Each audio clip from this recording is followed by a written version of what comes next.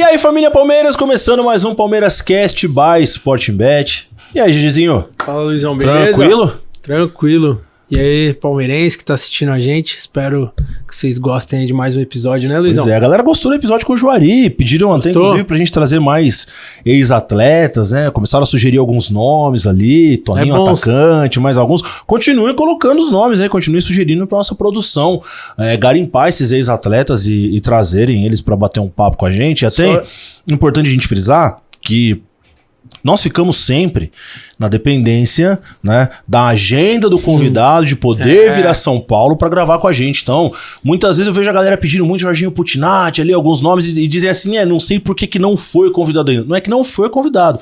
Convidado foi, mas por questões de agenda, datas, às vezes é um ex-atleta que não vem para São Paulo com tanta frequência, e aí a gente fica na dependência dele poder vir a São Paulo para conseguir gravar com a gente. Mas, Luiz Pereira que tá na Espanha. Na Espanha, exato. A gente fica na expectativa de que esses convidados eles possam vir a São Paulo, que eles tenham agenda, e aí a gente com certeza vai recebê-los aqui com muito carinho. Sim. E iremos gravar.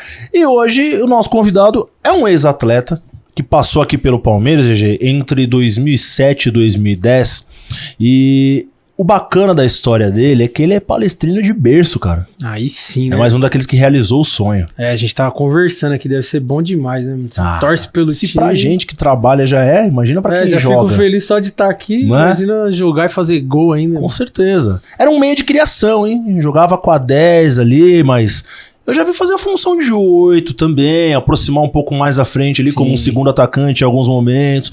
Tinha um passe muito qualificado, batia bem na bola pra caramba. Quem que é? David Sacconi. Grande David Sacconi. Já muito bem-vindo. Tudo bem? Prazer. Que honra, que prazer estar aqui com vocês. Toda a família Palmeiras aí. Bem como vocês citaram. Um palmeirense de verdade, e é uma alegria poder voltar aqui, onde eu passei 4 anos, e ver toda essa transformação, ver o que o Palmeiras se tornou. Então, eu tô muito feliz. E o que faz David Sacconi hoje? Cara, hoje, além de jogar bastante tênis... Tênis? Eu tive que migrar, o joelho não deixou mais jogar futebol. A gente tem um projeto, eu e minha esposa, a gente sempre construiu casas lá em Alfenas, né? A minha esposa é arquiteta, a Ana tá aqui, e a gente tem um projeto, a gente fundou a nossa incorporadora agora, e a gente espera que no próximo ano, até a metade do ano, a gente vai lançar o nosso primeiro prédio. Louco. Então, a gente tá nessa pegada agora, tá tudo dando certo, e eu espero que Deus abençoe e que possa continuar assim. Pô, legal, mas não pensou em ficar no meio do futebol, não? Agente, treinador, nada? Olha, Luizão, eu pensei sim. Mas são vários fatores. Eu, inclusive, tirei a licença B da CBF. Pô, fiz aqui em São Paulo, quando foi em 2024. E só que eu acho que eu não tenho mais essa pegada de viver o dia a dia do futebol de novo, sabe? Igual, eu tava conversando com o César Greco, fotógrafo, que é da minha época, né? Que ele tava com a gente aqui de 2007 a 10, continua até hoje. E aí eles chegaram de viagem ontem à noite, né? E já tá viajando de novo para poder jogar o outro jogo da Libertadores. Então, eu acho que eu não tenho mais essa pegada de continuar dessa maneira, sabe? Tantos anos longe da minha família, do meu pai, da minha mãe, eu acho que eu quero recuperar esse tempo com eles, ficando mais próximo, sabe? Mas eu fiz o curso da CBF, eu tenho minha licença, a gente nunca sabe, porque a vida da gente também, né? As coisas vão mudando. Mas quem sabe? Pode acontecer mais pra frente, mas no momento não. No momento eu prefiro ficar mais próximo da minha família mesmo. Meus pais, meus avós. Legal. E David, a gente tava falando que você é palmeirense de criança, né? E você tava contando pra gente como que você virou, assim, principal momento ali. Conta pra galera também que você tava conversando com a gente. Então, tem um tio meu que era casado com tio de consideração, né? Casado com a prima da minha mãe. E ele é o Manuel Evandro, deixar um abraço pra ele. E, se eu não me engano, foi em 95, 96, ele levou a camisa da Parmalat pra mim. Né? Então, aquilo acho que fidelizou eu ainda mais, né, com o Palmeiras, ainda mais naquela época que era uma máquina igual é hoje, né? Eu tive essa sorte também, porque é difícil fidelizar o torcedor quando o time não tá ganhando, né? Então, ainda mais um moleque da minha idade, acho que 7 para 8 anos, a molecada vai aonde que tá ganhando mais ali, né? Então, acho que aquilo me fidelizou, assim, a camisa da Parmalat. E obrigado, né, Manuel, por ter levado essa camisa aí. E você já lembra bem, assim, de você acompanhando os jogos e tal? Quem que era E você já jogava bola? Já jogava futsal na época, né? Quem que era sua grande inspiração, assim, que você olhava e falava, mano, quero ser igual ele quando eu crescesse? Então, naquela época ali que eu assistia, do Palmeiras ali de 96 ali, eu não tinha essa ambição toda, mas assim, eu gostava muito do Rivaldo jogando, de Djalminha, todo aquele time dos 100 gols ali, né? O Miller. Então, a gente... quando ia jogar futebol na rua, depois de ver o compacto, porque não dava pra ver os jogos. É verdade. Depois de ver o compacto na Band, a gente ia pra rua tentar reproduzir alguma coisa que a gente viu o Miller fazer, que o Rivaldo fazer. Né? Porque não tinha... Quem tinha Premiere na época era, sei lá, só os Playboy da população. Não era, na época não era tão difundido como é hoje, e os jogos na TV aberta não eram com tanta frequência, né? Eu vejo muita gente falando assim, saudade dos anos 90, que a gente tinha mais jogos pra ver. Cara, não tinha não. Não tinha não. A gente tinha jogos de campeonatos variados, tinham mais competições, na verdade, mais estaduais passando. Mas não era assim, esse negócio de ter jogo todo dia, não. Não era essa oferta que tem hoje. O YouTube agora ficou muito mais fácil também, né? Sim, eu lembro que, como eu falei, eu esperava o compacto na Band à tarde, então o jogo acabava às 6, depois tinha um compacto ali e passava.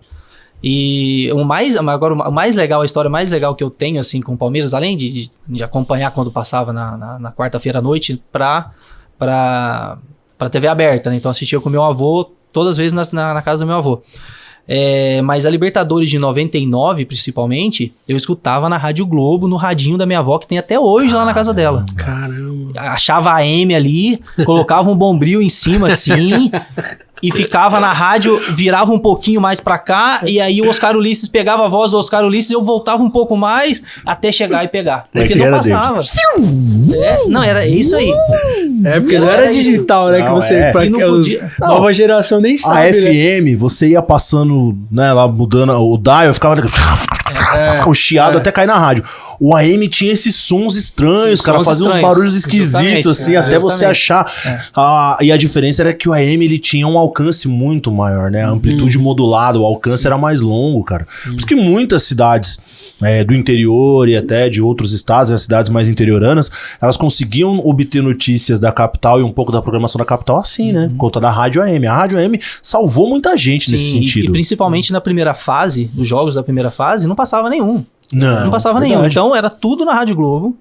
E aí o Palmeiras, na verdade, começou a passar os jogos ali nas oitavas, quartas, que daí começava a passar os jogos na TV aberta, né? Sim. O Palmeiras foi avançando de fase, mas o palmeirense raiz aí era da época do radinho mesmo, na AM ali. Porque na minha cidade, eu sou de Alfenas, né, no sul de Minas, tinha muita parabólica, né? Lembra da parabólica? E lá na parabólica passava os jogos do Rio. Putz. Passava os jogos do Rio, não passava jogo de São Paulo, nem de Minas. Era só o jogo do Rio que passava. Sinal do Rio. Conseguia assistir se um time do Rio jogasse com o Palmeiras. Tipo isso, o Rio-São Paulo passava. Se um time do Rio jogasse com o Palmeiras e em São Paulo. Porque naquela época ainda tinha essa questão da praça, né? Só passava o jogo fora de casa. Justamente. Não era fácil. Não era fácil acompanhar, mas foi seguindo ali na radinha até começar a ter mais opções de assistir jogos, mas foi assim o início. E você saindo do sul de Minas, você chegou a vir alguma vez no Parque Antártica pra ver jogo com alguém ou não teve essa oportunidade? Não tive essa oportunidade. Eu quase vim pro Palestra Antigo assistir um jogo, mas eu já tava no Guarani, na base do Guarani em 2005. O Palmeiras jogou Libertadores, não foi? Jogou. 2005. Em 2005, e tinha um amigo meu que jogava lá no Guarani, era aqui de Osasco, e ele palmeirense também. Aí um dia a gente conversou, falou, vamos assistir um jogo do Palmeiras? Eu tava na base do Guarani, já era profissionalizado, mas não tinha jogado no profissional, mas palmeirense. Pô, vamos lá ver um jogo do Palmeiras? Não, vamos combinar um dia com meu pai, a gente dorme em casa e tal, mas não deu certo. Não coincidiu de vir ver o jogo. Mas já tava já tinha essa ideia, sabe, de ver o jogo. Interessante, né, cara? Que as coisas fossem se desenrolando. Isso foi em 2005. Quando foi 2007, eu tava aqui. Tipo, jogando. Tipo, 2005, eu ainda no Júnior do Guarani. Tipo, né? Sim. E aí, em 2007, já tinha assinado o contrato com o Palmeiras aqui jogando. Então, foi uma mudança, assim, muito rápida. Tipo, tava vendo o Marcão jogar e vim dividir o vestiário com ele. Se alguém te falasse em 2005, falou, daqui 2 aninhos você vai estar lá jogando com o Marcos. Não ia acreditar. Não ia acreditar, de maneira nenhuma. Mas as coisas aconteceram assim. E até nessa questão de jogar, como é que foi o teu início no futebol? Foi lá em Alfenas mesmo que deu os primeiros passos, os primeiros times, ou quando começou a despontar lá, já deram um jeito de trazer você pra São Paulo pra fazer uns testes? Não, foi lá mesmo. Eu comecei a jogar futsal lá com 8 para 9 anos, né? Na escolinha do Carlinho Vardemar. Eu vou falando os nomes das pessoas, porque eles vão assistir legal, e eles vão citando todo mundo, né? Bom. Na verdade, antes do Carlinho, teve o Ratinho, que foi meu primeiro treinador lá. E aí joguei futsal com ele ali, depois passei para a escolinha do Carlinhos, que era já uma escolinha um pouco maior, com mais jogadores. E aí, a verdade é que o meu pai jogou futebol, mas não profissional, né? Mas acho que ele não... Naquela época o futebol era muito agressivo na época, era muito violento, né? Uhum. E meu pai chegou a quebrar costela e tal, e aí ele não levava muita fé em mim, assim, tipo, pra jogar. Acho que ele não acreditava tanto, talvez. Uhum. E depois que eu comecei a jogar futsal e comecei a despontar, e aí ele foi meu maior incentivador. Eu acho que quando o pessoal foi falar pra ele, ó, Carlos, seu filho joga bem, viu? Tem qualidade. Eu acho que vale a pena tentar aí alguma coisa. Uhum. E aí foi quando eu comecei, tipo, a me destacar na cidade. E aí eu fui começar a fazer testes em alguns clubes, né? Aí eu vim aqui pro Brasilis, que na época era só o CT do Oscar, em Águas de Lindóia. Né, onde o Palmeiras já fez algumas intertemporadas ali, pré-temporadas ali na década não, mas aí em 2003, 2004. Eu fui pra lá. Aí fiquei 3 anos no Brasilis e fazia muito jogo contra Palmeiras, São Paulo, Corinthians. E num desses jogos aí contra o Guarani me levou pra lá. Aí fiz o final da minha categoria de base ali, de juvenil até juniores no Guarani, me profissionalizei no Guarani. Eu acho interessante, Luizão, que às vezes a galera não tem noção, tipo assim, da qualidade dos atletas, né? Sim. E aí eu gosto de perguntar pra todos, assim, tipo, você já era nas escolinhas, nesses lugares que você começou lá na sua cidade, tipo, você já dava pra ver que você era acima dos outros, você, tipo, se destacava absurdamente, assim. Sim, já me destacava bastante. Mesmo no futsal, assim, já me destacava bastante. E foi assim, tipo... você acaba se destacando na região, né? Mas aí quando eu fui pro Oscar ali em Águas de Lindóia, já tinha vários outros jogadores ali que, né? Já que foi aumentando o nível. Já foi aumentando o nível. E aí quando eu cheguei no Guarani, a mesma coisa. Que tipo, do Oscar pra ir pro Guarani já é uma grandíssima vitória também, um salto incrível. Então quando eu cheguei no Guarani, já tinha mais lá 2, 3 meio-campistas ali que... Às vezes eu ficava no banco também, né? Então você tem, já vai gerando aquela competitividade, né? Uhum. Mas nunca foi fácil, hein? O nível é muito diferente. Sim. Até quando a gente brinca, assim, às vezes... Eu lembro que quando eu era moleque, tinha um moleque que jogava na base do Corinthians. Ele nem jogava direito com nós, porque ele vivia falando, não posso me machucar e tal. Mas aí quando ele brincava, mais ou menos, tipo, era muito acima, assim, entendeu? Sim. Então, essa diferença é bizarra pros caras que jogam. Não, e aí a gente vai, né, perguntando e vai, né, pegando essas informações com o David, né, dele fala assim, pô, quando eu jogava lá em Alfenas eu já tava acima, quando eu fui pra Lindóia eu já encontrei uns caras que equilibravam ali, quando eu fui pro Guarani eu olhava e falava, caraca, tem uns caras acima. Aí eu lembro de um papo com o Alex, né, que o Alex ele fala que quando ele era moleque ele era o melhor da rua. Aí daqui a pouco ele foi o melhor do bairro, e aí quando ele foi pra escola ele era tipo o destaque da escola, até que ele foi pro Coritiba. Aí ele diz que ele chega no Coritiba, ele encontra alguns iguais a ele. Aí ele começa a olhar e fala assim, caraca, o mundo é bem maior do que ali onde eu vivo. Ali começa a ver um monte de gente diferente também, com muito talento. Só que nem todos conseguem chegar, né? Sim. E aí eu sempre pergunto, dos que passaram contigo pela base, tinha algum que você considerava acima do teu talento, do que você jogava e não vingou? Olha, eu joguei com muita gente, né? Tipo, tanto ali no Oscar quanto no Guarani, passaram muitos jogadores. Mas tiveram sim alguns jogadores que não vingaram, que a gente via, tipo, até que se profissionalizaram antes que eu. Porque tem esse lance, né? Tipo, o menino começa a se destacar, vamos profissionalizar esse aqui. Da minha categoria ali, que é 87, eu fui o último a ser profissionalizado, né? E só que a minha categoria ali, do juvenil, que era 87 e 86, tiveram muitos jogadores que foram profissional. Tipo, no Guarani é algo assim, eu vou falar pra vocês aqui agora. Mariano, lateral direito, que tá agora no América Mineiro terminando de jogar. Moço de Osasco. Tá encerrando, de Osasco, tá encerrando a carreira, acho mais 1 ou 2 anos ele não vai mais, né? O William Bigode, desse time do Guarani nosso, 86, 87. De Nelson, desse time jogava pra caramba. Desse time, não, de Osasco também. Não, tá bom, o de Nelson tá bom, acho. Tá bom. Tá bom. 86, 87. Então, olha, de Nelson, desse time 86, 87, teve indo o Felipe, que foi um zagueiro que é de Osasco, que jogou no... aquele time, Wolfsburg, jogou em Portugal também. O Éder Lima, que jogou no Flamengo, depois fez carreira fora do Brasil, na Coreia do Sul, na China. Então, cara, é muito jogador. Tipo, não é fácil uma categoria assim. Uma geração ter tanta gente. Ter tanta gente que, obviamente, o Guarani tinha esse lance de tradição de revelar muitos jogadores, mas, pô, foram muitos 86, 87 que saíram, sabe? Foram muitos, assim. De fato, não é normal mesmo. Talvez assim. eu deva estar esquecendo. No Oscar, eu tava esquecendo de um que foi o teórico, eu acho que foi o mais famoso de todos. No Oscar, quando eu cheguei em 2000, em 2001 chegou o Lucas Leiva. Liverpool, Grêmio, Sim. Que encerrou agora. Sobrinho do Leivinha. Sobrinho do Leivinha, justamente. Leivinha joga muito. Ele jogava muito. Ele esteve aqui recentemente, participando de algum curso que teve alguma coisa da CBF, da Comebol, alguma coisa aqui. Sim, então, o Lucas Leiva ficou lá 1 ano e meio, mais ou menos, no Oscar. Até depois ele ir pro Grêmio e se destacar, né? Depois eu acabei encontrando o Lucas Leiva na seleção sub-18, eu no Guarani e ele no Grêmio.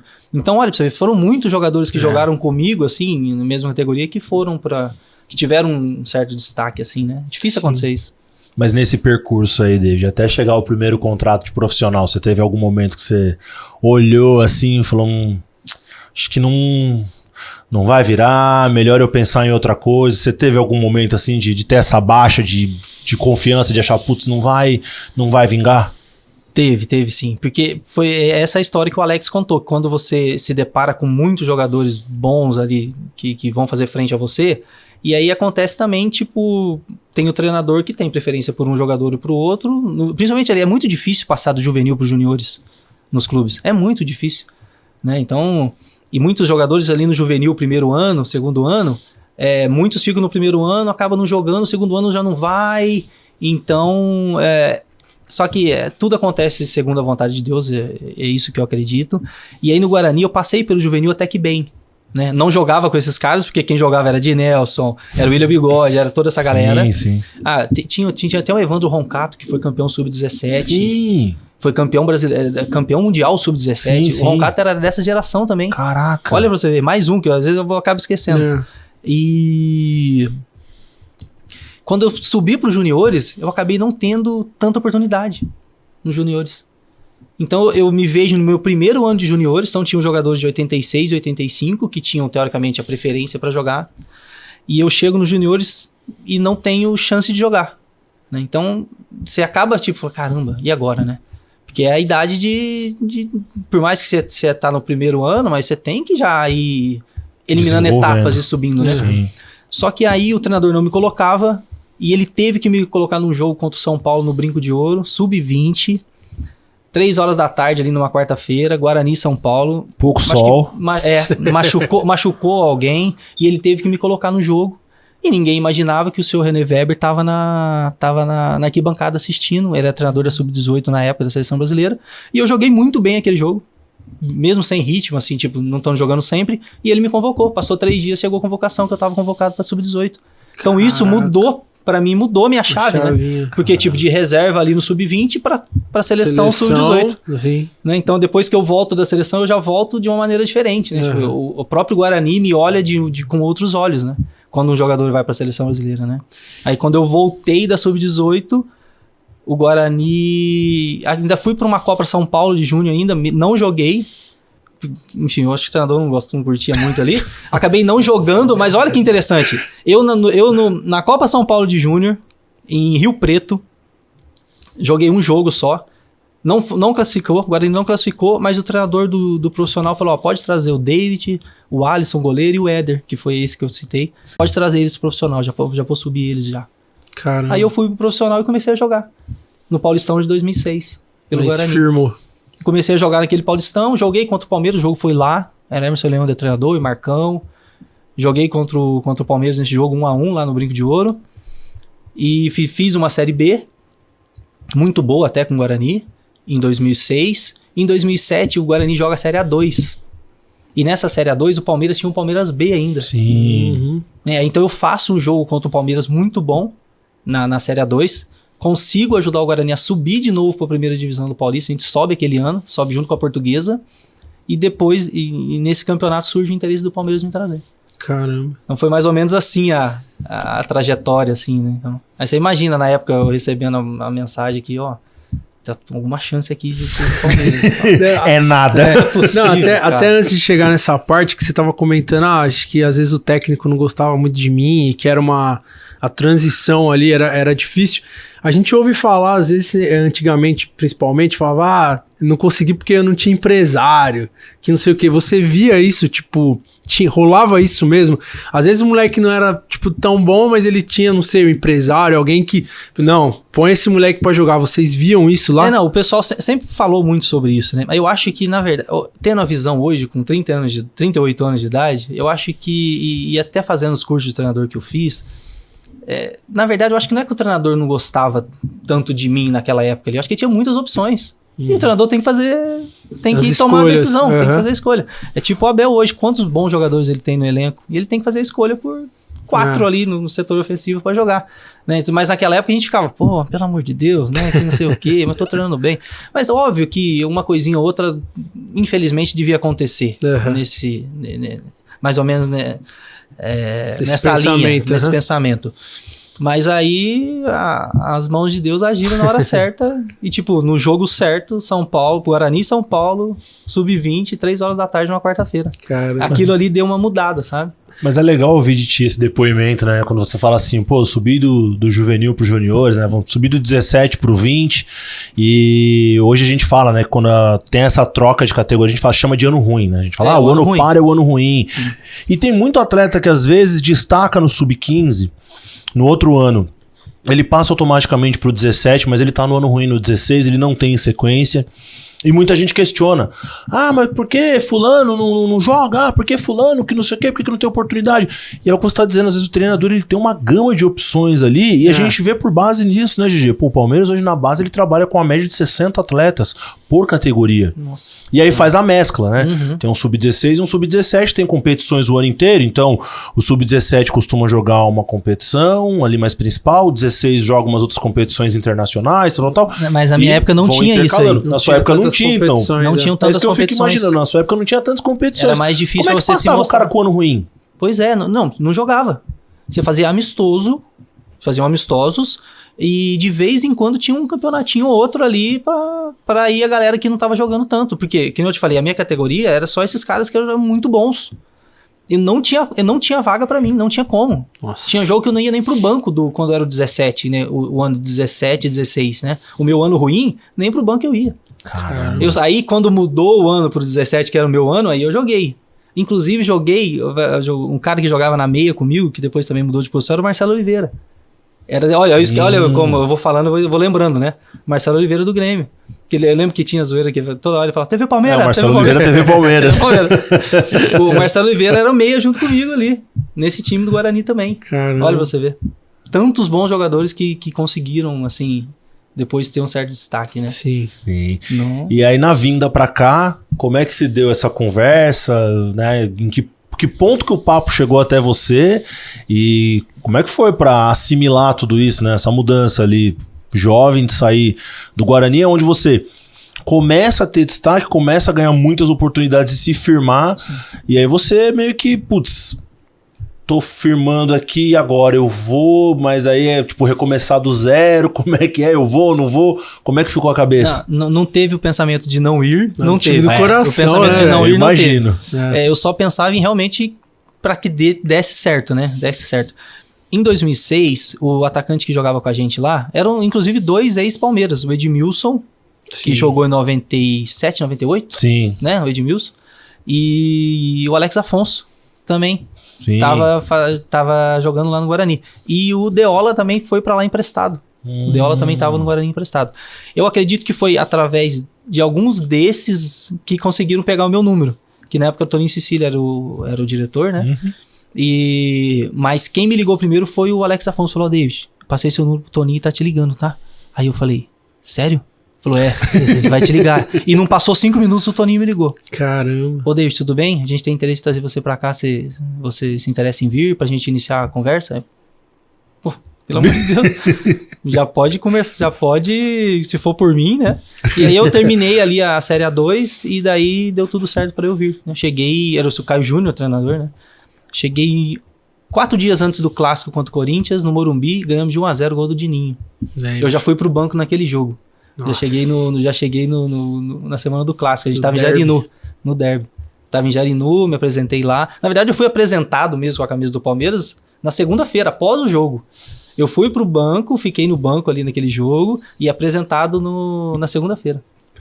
Depois do clássico. Naquela época era Valdívia, Edmundo, né? Isso, o Maicon tinha acabado de sair. O Michael que tinha jogado como lateral, né? Boa parte da temporada anterior. E aí, quando o Caio chega, o Caio muda ele pra jogar no meio, junto com o Valdívia, ajudando na construção. E ele cresce absurdamente de produção. O Caio tinha vindo do Grêmio Barueri também, né? Caio jogou comigo no Guarani. O Caio também é dessa o Caio é dessa safra. É bizarro, né? Caramba. O Caio é dessa safra. Ele jogou no Grêmio Barueri uma época, mas antes ele tava no Guarani. Sim. No juvenil ali. Nossa. O Caio teve várias, assim, tipo, idas ele teve e vindas, vários altos e baixos. Ele chegou a subir no profissional do Guarani e depois voltar a jogar a Copa São Paulo pelo Grêmio Barueri. Pra depois ele estourar, depois lá no Inter e tal. Sim. Mais um jogador aí dessa época. Caramba. A concorrência era braba aqui, cara. E legal que tinha o Martinez, que tinha começado no Guarani. Tinha o Gustavo Schiavolin, que é meu amigo pessoal, próximo até hoje. Então esses caras a mim meio que me abraçaram quando eu cheguei, assim, por vir do Guarani. Tem tipo um carinho diferente com o cara, né? Que morou no mesmo lugar lá, embaixo da arquibancada, enfim, treinava nos mesmos... Tivemos os mesmos treinadores. Então o pessoal me acolheu super bem nessa chegada também. Isso é importante, né? Quando o cara muda de ambiente ali e tal. Não, você imagina eu chegando com 20 anos. Então. E aí tá o Edmundo, que eu vi ser bicampeão brasileiro, né? Paulista, com toda aquela história. Marcão. Nossa. Né? E aí eu chego no vestiário, tipo, né? Pô, menino, cara. Tipo, se não tem esses caras ali... Se tivesse celular naquela época, você ia pedir pra tirar foto. Com certeza, é que naquela época o celular não batia foto. Eu já ia querer chegar pra fazer uma selfie na época, né? Eu lembro que eu, na primeira semana, assim, segunda semana, e aí eu fui tomar um banho, tava muito cansado do treino, falei, acho que eu vou na banheira um pouquinho ali, na banheira de água quente. Quando eu vou em direção à banheira, tá o Marcão e o Edmundo. Aí eu olhei... Falei, não, acho que não vou voltar. Aí eu lembro que o Marcão falou, ô David, entra aí, cara. Falei, eu não vou atrapalhar vocês. Ele, você tá de sacanagem que vai atrapalhar? Tipo assim, vou atrapalhar o quê? Pelo amor de Deus. Eu entrei assim na banheira quietinho e fiquei caladinho. Os 15 minutos que eu fiquei lá dentro, só escutando a conversa dos dois, o que eles estavam falando. Não abri a boca pra nada. Pra mim ali, depois eu lembro que eu saí, cheguei, liguei pro meu só. Cara, tava na banheira, tipo, o Edmundo e o Marcão, cara. Que loucura, tipo, bizarro. Os caras que você assistia, que você torcia. Sim. Ter tido essa experiência ali, né? De ter jogado, dividido vestiário, dividido campo, dei passe pro Edmundo no Maracanã. De vez em quando eu mostro pros caras que são mais novos, que não lembram. Falo, vem cá, deixa eu mostrar isso aqui, ó. Tem essa assistência aqui pra esse cara aqui, ó. Esse não é pouca coisa, não. Então, pra poder lembrar os mais novos, assim, que... Só pelo YouTube que o pessoal vê hoje. Né? Então, e falando nisso, até como é que foi a troca de experiência com esses caras, né? Tipo, com o Edmundo, por exemplo, no dia a dia, como é que era? Ele tinha o costume de chegar com vocês mais novos e falar, garoto, vai por aqui, vai por ali. Quando eu me movimentar assim, passe dessa forma. O Edmundo era bem simples. Quando ele pedisse a bola, tinha que dar a bola pra ele. Assim, óbvio. Bem independente se ele tivesse marcado. Em vez de independente se ele tivesse marcado com 2 volantes atrás dele ou não. Mas o interessante é que ele chamava muita atenção, né? Então ele abria espaços pra gente, assim, né? Então, mas era isso. Eu vi esse Edmundo livre, tocava a bola pra ele, porque quando não tocasse, ia tomar bronca. Mas teve alguém que chegou em você pra, tipo, te aconselhar de alguma maneira, te dar uns toques e tal? Então, o Marcão era muito um cara assim, tipo assim, ó, que eu fazia? O Marcão era dos caras que eu gostava demais, admirava, né? Então, tava na concentração, a gente concentrava nos jardins ali, na Meia da Lorena. Na concentração, eu não saía do quarto dele. Eu ia pro quarto dele direto. Ficava lá conversando, trocando ideia, resenhando. Então, a gente falava sobre tudo, né? Tipo, inclusive, é legal, tem um apartamento aqui na Barra Funda, e de vez em quando o ônibus, ao invés de subir aqui onde é o Shopping Bourbon, ele ia reto até mais lá na frente, pegava outra ali na Federação Paulista. Isso. E aí eu falei, Marcão, tá lançando uns apartamentos aqui, cara. Acho que eu vou lá dar uma olhada. Ele falou, David, você não tem nenhum apartamento? Eu falei, não. Ele falou, então boa coisa vai lá dar uma olhada mesmo. É importante você já investir no seu dinheiro assim. Então, tipo, a gente tinha essa troca, sabe? O meu pai foi um dos meus maiores incentivadores a investir em imóvel, em comprar terreno e tal. Mas o Marcão tem a sua parte também. Porque, tipo, imagina o cara me dando um conselho e falar, pô, David, é importante você, compra o seu apartamento sim, porque, né, lá na frente você vai ter uma renda, uma coisa. Então, isso em 2008. Né? Marcão que é quase dono de Perdizes, né? Diga-se de passagem, né? Pois é. Vou falar isso ontem. Você escutou isso ontem também? Umas histórias. Ele vai ficar bravo comigo depois que eu falei essa, mas ele é quase o dono de Perdizes ali.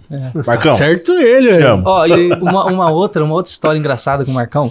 Obviamente o Marcão não deve nem lembrar disso, né? Mas eu tinha um Astra na época, mecânico, né? Tipo, tinha que passar marcha e tal. Mas já era um carrão na época, era bem legal. Pô, pra mim, que não tinha nem um carro, foi meu primeiro carro. Era o carro de sonho dos moleques, tá? Na escola a gente sonha era ter um Astra. Sim, Astra e Vectra. Colocar um aerofóliozinho ali e tal.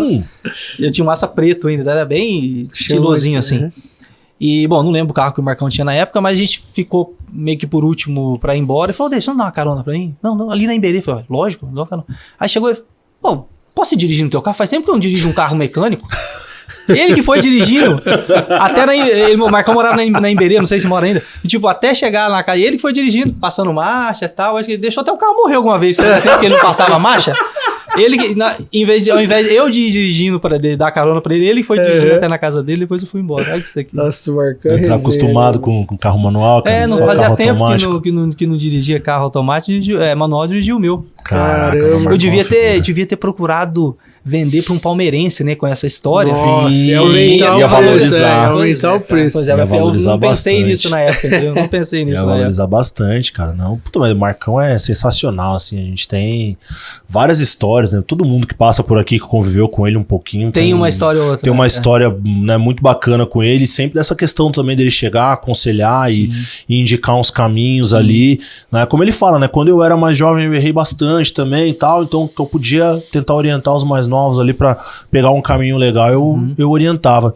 E quanto tempo você levou pra acostumar aqui com a dinâmica? Porque uma coisa é jogar no Guarani, outra coisa é vir jogar aqui com torcida, né, em cima, e aquela coisa que não conquistava um título, principalmente o Paulista, desde 96, competições nacionais desde 2000, com a Copa dos Campeões, não conquistava.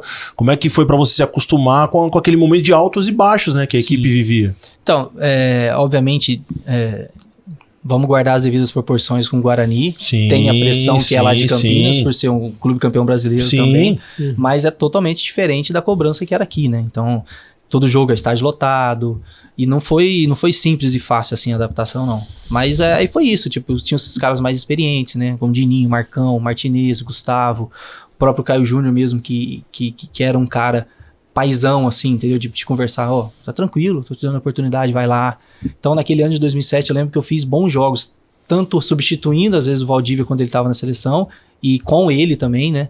E com o Edmundo ali. Então, o pessoal me deixou sempre muita vontade. O Leandro Bochecha, que era um cara já experiente, era campeão brasileiro pelo Cruzeiro, né? E ele também era um cara, além de ser um cara da resenha, mas era um cara que, tipo, passava tranquilidade quando precisava. Então eu tive sorte de estar, assim, sempre com os caras do bem, sabe? Acho que essa galera da minha época, do Palmeiras de 2007, 2008, 2009, todo mundo lembra com muito saudosismo, com muita alegria, os que jogaram aqui, porque eu imagino que é hoje assim também. O Abel fala isso nas entrevistas, né? Que o ambiente dos jogadores é algo assim. Então, naquela época, acho que o Palmeiras é assim, sabe? Acho que o Palmeiras é assim ao longo dos anos. O ambiente nosso no vestiário era isso. Então, a gente, todos que eu falo ainda hoje em dia, que é daquela época, lembra com saudosismo, lembra com saudade mesmo, sabe? Marcou mesmo. Marcou. Que era um lugar que a gente chegava e a gente se sentia bem, era legal estar ali, entendeu? E os caras, coincidiu de vir sempre uns caras muito gente boa, né? Uns caras muito legais, assim. Então, não tinha problema um com o outro, não existia isso, sabe? E eu lembro, Luizão, uma das primeiras lembranças que eu até comentei com ele, que foi quando eu comecei a gostar de futebol ali e tal, e aí eu ia no Parque Antártico com meu pai, né, tipo, só que meu pai sempre foi mais medroso, então a gente ia na torcida do amendoim ali, né, atrás do banco. Aí eu lembro que quando o jogo... numeradas. Quando o jogo tava meio apertado, eu lembro que a torcida já gritava o nome do David já, porque, tipo, ele entrava e fazia uma fumaça ali, velho. Aí tava falando pra ele que eu lembro dele jogando e era bem isso, velho. Foi uma das primeiras lembranças que eu tenho, assim. Não, e é legal que assim, a gente passa a temporada de 2007, o Palmeiras faz uma campanha ok no Campeonato Paulista, é eliminado na Copa do Brasil, se não me falha a memória, Na primeira eliminatória, um jogo que termina empatado, vai aos pênaltis, combina com o Amaralzinho, acho que errando. Eu não tinha chegado ainda, mas era isso mesmo. Não tinha chegado ainda, mas vai aos pênaltis. E o Amaral também novo ainda, lateral, recém-chegado. Ele vai para os alternados e ele acaba desperdiçando a cobrança. Acho que foi Paraná. Paraná? Acho que foi Paraná, não foi? Não lembro se foi Ipatinga. Teve um... Mas... A gente eliminado na primeira fase da Copa do Brasil, então já começa o ano daquele jeito, né? Com pressão, etc. Mas depois no Campeonato Brasileiro, mesmo com as oscilações, né? Vocês fazem uma campanha legal decente, que uma campanha credencia decente, a equipe a brigar até por uma vaga ali de possível Libertadores. A gente chegou na última rodada no final da temporada. De classificar, Só que aí no final do ano fica uma dúvida, aquela coisa. E agora? Como é que vai ser a continuidade? Vai, fica, vai, continua.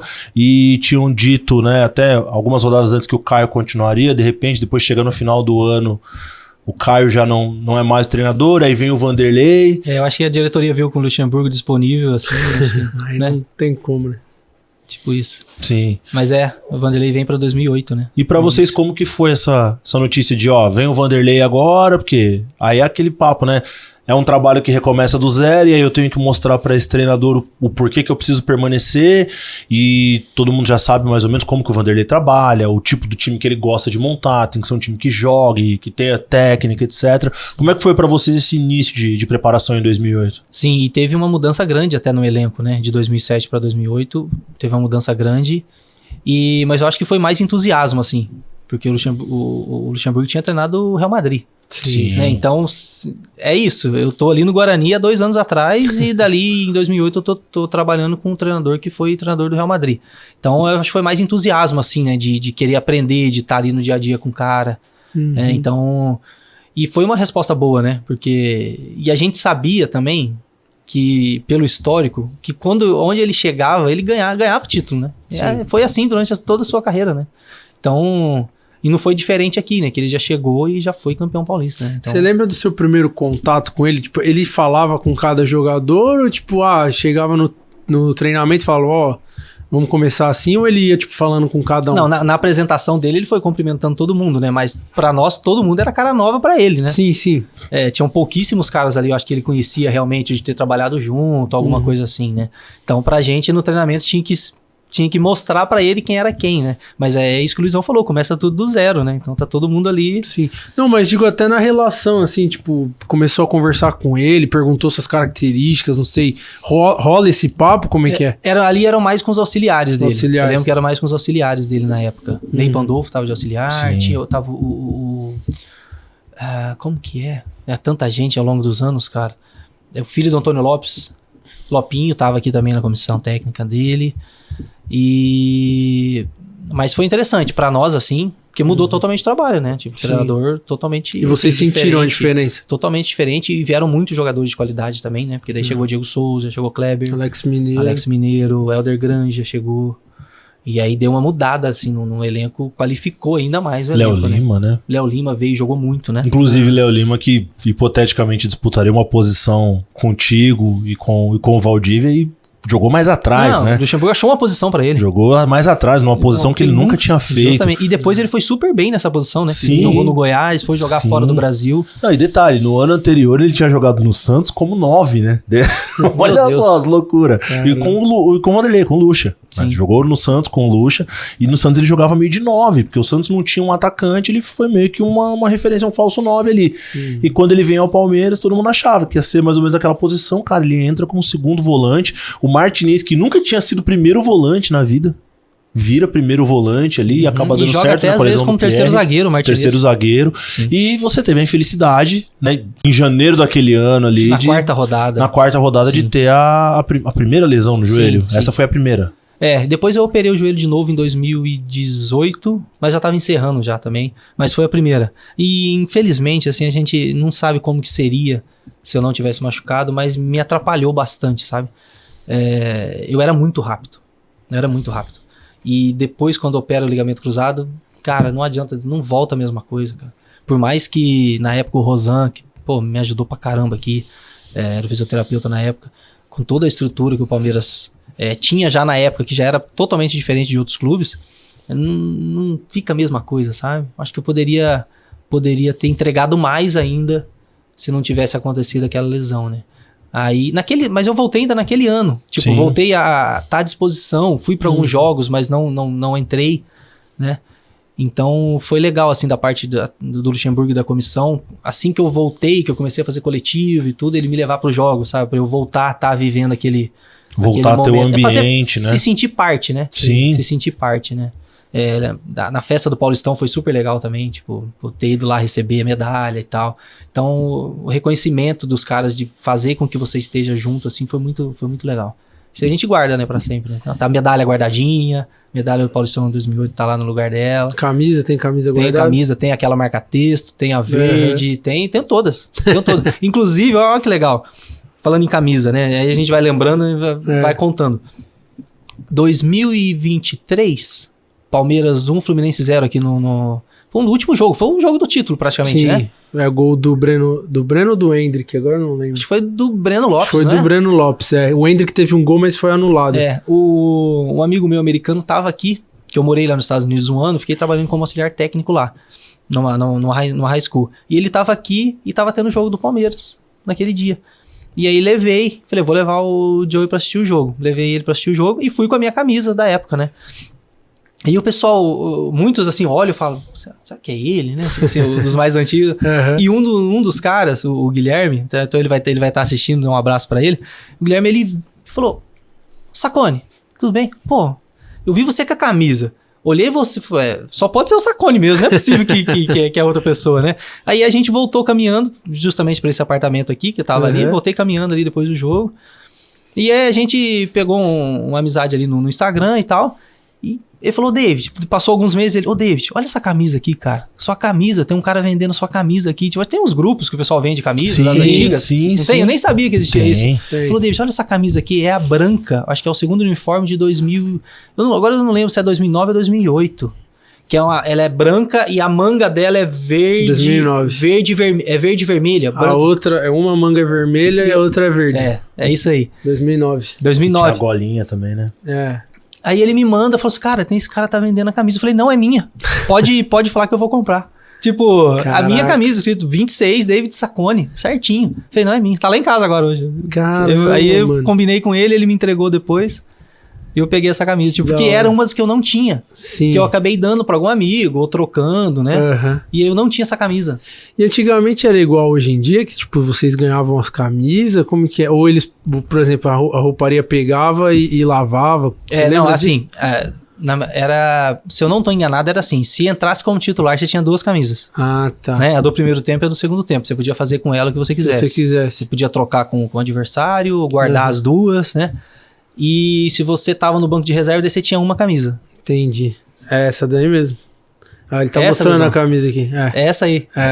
Essa manga comprida que eu achei. Ah, de manga comprida. Manga comprida, Essa camisa de 2009 mesmo. E aí, tipo, você acaba... É muita gente pra dar camisa. Sim. Né? É muita gente pra dar camisa. Além de parente, amigo, palmeirense, é alguém que você acaba prometendo, né? Pô, David... Eu morava no Plazainha aqui em frente, o estádio. Então, você falou, dá uma camisa lá. Aí você falou, não, dou sim. Aí depois que você falou, dou sim, já tem que dar a camisa.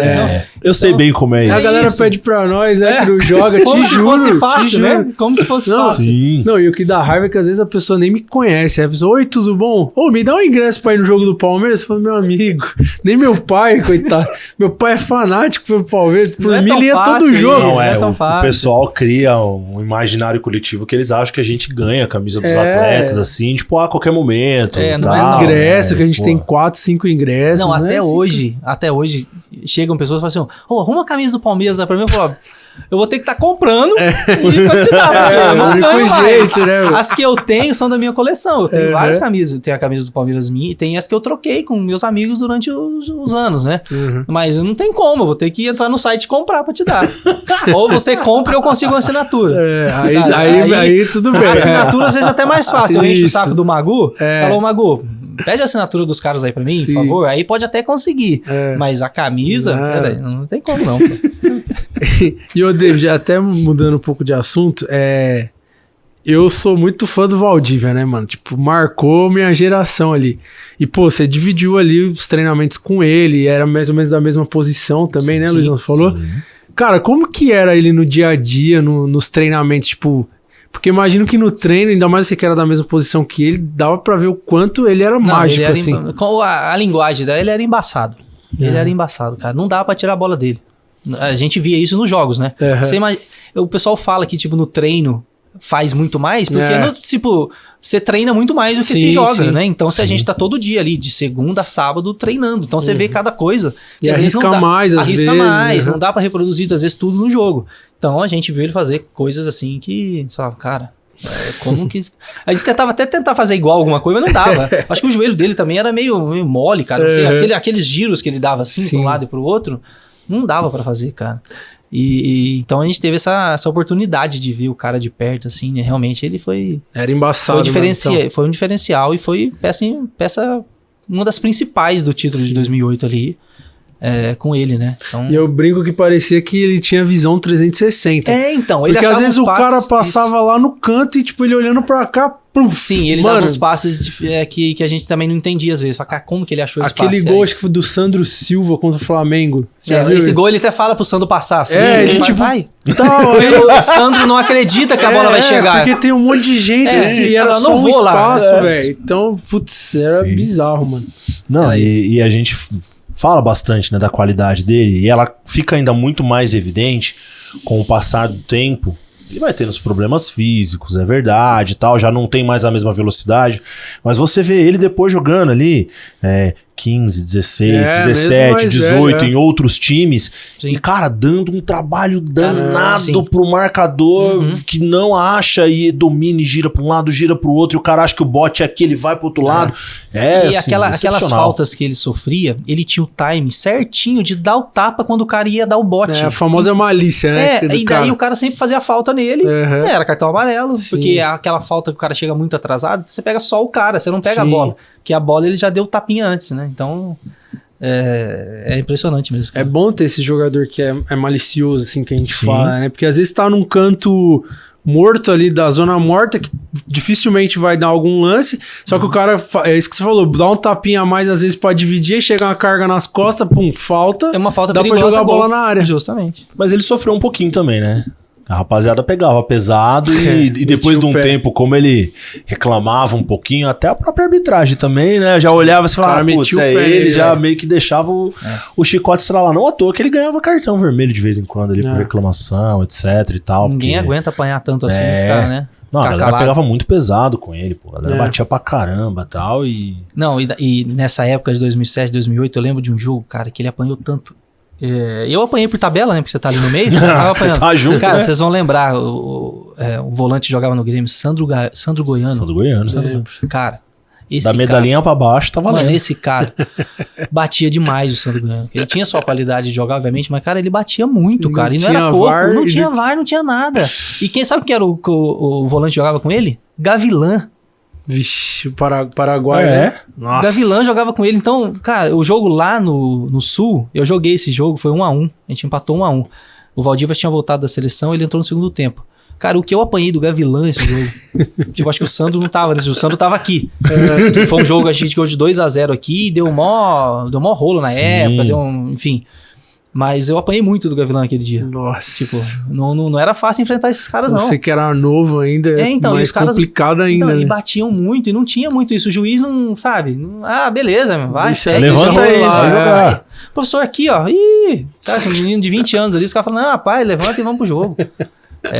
Não era fácil, não. A gente passou, esses volantes das antigas, eles eram mais ainda mordedores do que hoje, cara. Sim. Um pouquinho de maldade ali, com aquela travinha da chuteira, mas não era fácil, não. A famosa marcação de território também, né? Tentava minar a criação também. Intimidando, né? Na base da intimidação. Tipo, não vem aqui de novo, não. Vai pro outro lado aí, vai fazer outras coisas aqui, não.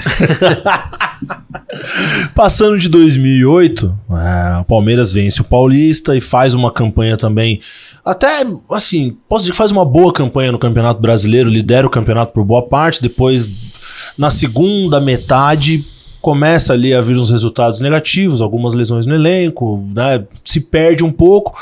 Tem aquele fatídico jogo do Grêmio, né? Que o Marcos vai pro ataque com 20 minutos de jogo. Confundiu, né? O Vanderlei maluco do lado de fora gritando. Ele conta essa história, tudo. Né? Ele conta que perguntou quanto faltava, o cara sinalizou 5, ele achou que faltavam 5 minutos, tava quase com 5 de jogo, né? Com 5 jogados. E o tempo não passava, tal. Mas foi uma campanha boa que credenciou o Palmeiras a disputar a Libertadores de 2009. Você passou boa parte da temporada, né, afastado por conta da lesão no joelho. Quando volta já na reta final, não joga tanto, né? Porque tem, lógico, aquela preocupação de como voltar, etc. E até queria saber de vocês, que você falou, né? Pô, a lesão no joelho me atrasou muito, me prejudicou muito, né? A cabeça para voltar, o que mais te gerava dúvida, por exemplo, para um passe ou para uma dividida? Como é que ficava a tua cabeça? Para dividida. Era para dividida. A gente tinha mais medo de dividida, porque você não sabe como que o joelho vai lidar. Por mais que já tá tudo ajeitado, né? Tudo arrumado. E na época o Anselmo Sbraj era o preparador físico, né? Então o Rosan, o pessoal era fantástico, né? E a minha recuperação foi uma das melhores possíveis. Mas para voltar ali a dividir, sabe? E eu lembro que a primeira dividida mesmo, eu dividi uma bola aqui com o outro, foi com o Valdívia no rachão. Porque daí eu já começava a fazer os rachões assim. E foi uma bola que eu dividi, mas eu não queria dividir aquela bola. Sabe quando a bola girou assim por cima de mim, que eu já virei pra poder tocar nela, ele veio dividindo. E daí foi, né, bola, pé e bola, e opa, tudo bem. Tá tudo certo, então tá aprovado aqui, tá? Caramba. Então eu desbloqueei aquele medo, entendeu? Depois daquela primeira dividida. Aí você vai voltando aos poucos e vai, né? Quem tá passando isso atualmente é o Bruno, né? Bruno Sim. Rodrigues, que teve 2, né? Um em cada joelho, né? Sim. Que, pior ainda, assim. Uma delas de tendão, né? É bem complexa, né? Então, imagina. A gente fala que a lesão ligamentar, ela é muito prejudicial e tudo, mas a de tendão, ela consegue ser pior, Não, né? pior ainda. A de tendão consegue ser pior. Pega tudo, né? Sim. E aí também, David, 2 coisas. Primeiro, eu acho que seu primeiro gol no Palmeiras foi contra justamente o Guarani, né? Aí que você contasse essa história também. E depois você falasse o seu momento mais marcante, assim, que você teve. Imagino que o título faça parte, mas como você falou que estava afastado, né, ali também. Mas o seu momento mais marcante com a camisa do Palmeiras. O título, óbvio que por você fazer parte do grupo, acho que eu joguei 4 jogos na campanha, me machuquei cedo, mas é o título de maior expressão que eu tenho pelo time, pelo meu time, né? Então, com certeza é o mais marcante, assim, né? É o momento mais marcante pra mim, por estar vivendo aquilo, por ser palmeirense e viver aquilo. Mas o gol contra o Guarani é que naquela época não tinha tanta rede social, não tinha rede social, né? Não tinha isso. Tinha Orkut só. Se fosse... com certeza Não, com certeza devem ter feito alguma comunidade no Orkut, tipo assim, David Ingrato comemorou contra o Bully. Eu ia perguntar isso, se você comemorou, porque é o time de criação contra o time do coração. Não, se você olhar o vídeo no YouTube, eu comemorei e não foi pouco. Ô Luizão, pensa bem, Luizão, eu tô machucado mó tempão. Sim. Aí começa o Paulistão de 2009 e eu não tô tendo muitas oportunidades. O time era um timaço, o Vanderlei trouxe vários jogadores, mais jogadores. Sim. Então eu não tava jogando. Aí eu entro num jogo contra a Ponte Preta lá, que a gente ganha de 3-2. Acho que o Lene faz 2 ou 3 gols. O Lene faz 2 gols na reta final. E eu sofro o pênalti. Tava 2-2, eu sofro o pênalti. Eu acho que o Lene bate o pênalti e a gente ganha de 3-2. Então, naquele jogo contra a Ponte, já foi pra mim um alento. Tipo, pô, tô de novo aqui, né? Pô, você só... tô voltando. E aí a gente joga contra o Guarani, eu acho que depois de 2 ou 3 rodadas aqui no Palestra. E aí eu entro no segundo tempo e faço o gol. Pô, você imagina. Eu não ia conseguir fazer o gol no Palestra, o meu primeiro gol pelo Palmeiras, e aí fazer aqui, ó, não vou comemorar. Não tem como. Eu saí, tirei a camisa, e ganhamos o jogo de 1-0. É que aí mistura tudo, né? O jogo foi 1-0, um gol seu no seu time de infância e... Sim. Passado depois, todo o histórico, lesão, etc. É isso, eu lembro que daí acabou o jogo, né? Tá mais calmo. Aí cheguei em casa, falar com meu pai. Oi, papai. Ele, David, meus parabéns, tal. Cara, por que você foi comemorar daquele jeito? Tanto, né? Eu falei, papai, cara, nem me liguei. Tipo assim, não dá pra segurar. Não dá pra segurar, não tem como, cara. Não tem jeito. Caramba. Tipo, aí a gente pode se juntar isso por tudo que aconteceu. Acho que um dos momentos de mais, assim, alegria, sabe? De poder falar, cara, voltei a jogar, fiz um gol pelo time do meu coração. Isso é incrível. Então, depois, acho que eu tenho 5 gols pelo Palmeiras, se eu não me engano.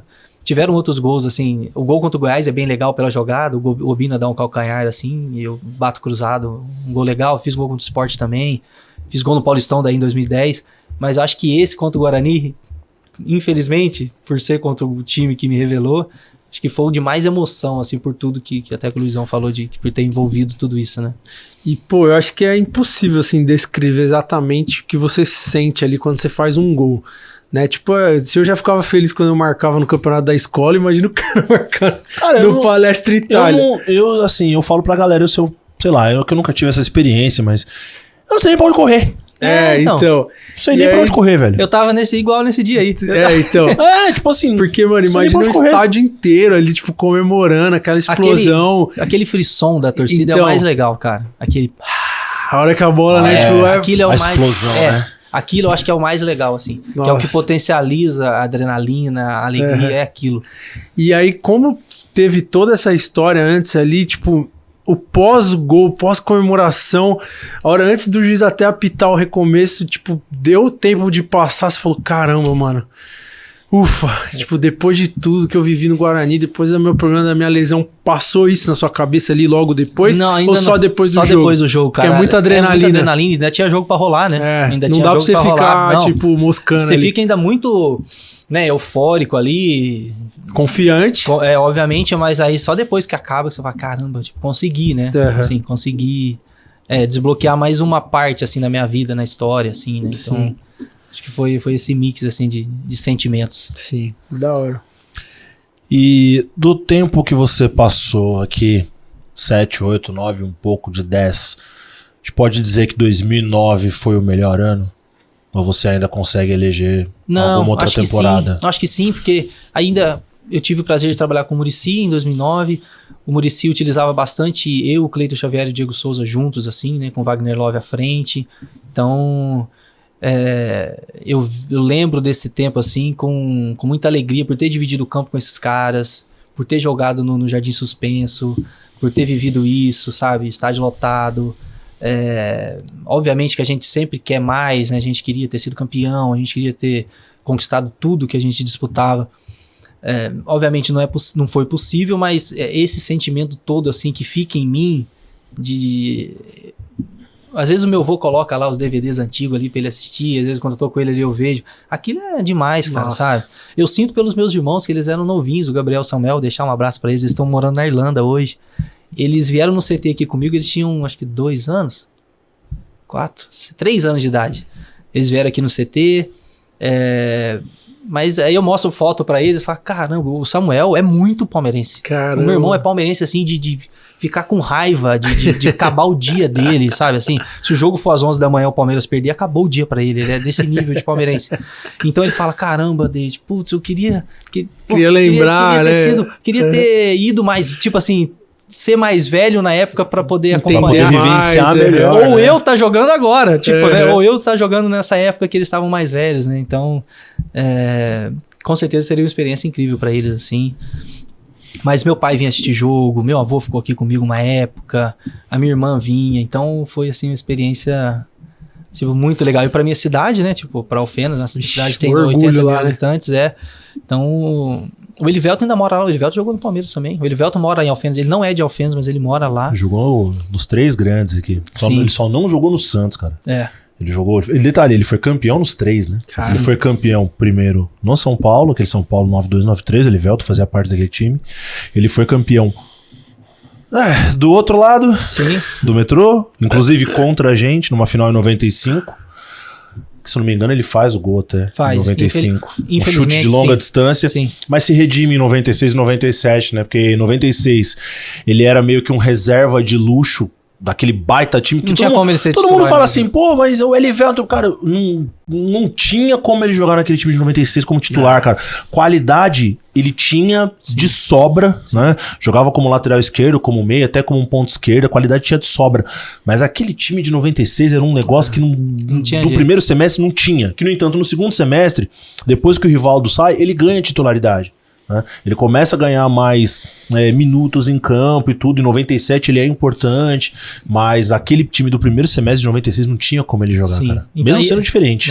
Isso é verdade. E ele tem lá umas quadras lá em Alfenas, mora lá em Alfenas hoje, né? Então, mas assim, tem vários meninos aí tentando, jogando em categorias menores, em divisões menores, né? Mas de Alfenas mesmo sou eu, né? E o Elivelton, assim. Então, é legal, assim, representar a cidade que eu nasci. Sim. Né, dessa forma. E, ô David, você citou o Muricy, né, agora há pouco. Em 2010, ele chegou a jogar? O David não? Joguei Jogou também. Um pouco. Quem que era o técnico em 2010? Era o Muricy também. Era o Muricy, depois virou o Antônio Carlos Zago. Isso. E assim... Eu ainda vou abordar 2009 ainda com ele, né? A gente tem aquele campeonato brasileiro, que eu queria saber de ti, assim... Se hoje, depois de tanto tempo, né, olhando, você consegue falar assim pra gente onde é que foi que vocês se perderam naquela campanha, né? Porque fizeram uma arrancada estrondosa, liderança, pontos de vantagem, e de repente, lesiona um, lesiona outro, o Diego convocado pra seleção, até hoje não entendo por que levaram ele pra Bolívia, gente, porque o futebol dele ficou lá na Bolívia, voltou só na rodada final, né? E ele vinha sendo o grande destaque do time ali, municiando, tava encaixado, mas hoje você consegue entender aonde foi que se perdeu o elo ali? Então, Luizão, eu acho que tiveram esses detalhes de algumas lesões de peças principais ali, mas lembrando, rodada a rodada, se for lembrar daquele campeonato, eu acho que foram nos detalhes, literalmente. Foram detalhezinhos aqui, detalhezinhos ali, que foram tirando da gente 1 ponto, 2 pontos, que fez com que a gente chegasse no final ali, até com chances, mas não conseguimos, né? Acho que foi isso, tipo, a gente foi jogar contra o Náutico lá, a gente perde pro Náutico praticamente rebaixado, sabe? Lá nos e a pressão só aumentando, né? E é isso aí, tipo... por mais que a gente tinha jogadores experientes no elenco, mas não eram a maioria experientão, já campeão brasileiro, com aquela bagagem que tem hoje no Palmeiras, entendeu? Hoje a galera, o pessoal tem sim essa bagagem. Já é campeão da Libertadores, os caras já ganharam tudo que tinha pra ganhar. Naquela época a gente não tinha ainda todos, tinha alguns, tinha Marcão, tinha o próprio Diego Souza, que era jovem, mas já era bem rodado, mas não era tipo assim 80% do elenco casca grossa. Acho que isso fez, por mais que o Muricy era o treinador, ele vinha de títulos, mas o treinador ele consegue passar o que ele viveu, mas às vezes ele não consegue um detalhezinho ou outro, ele foge da mão do cara, né?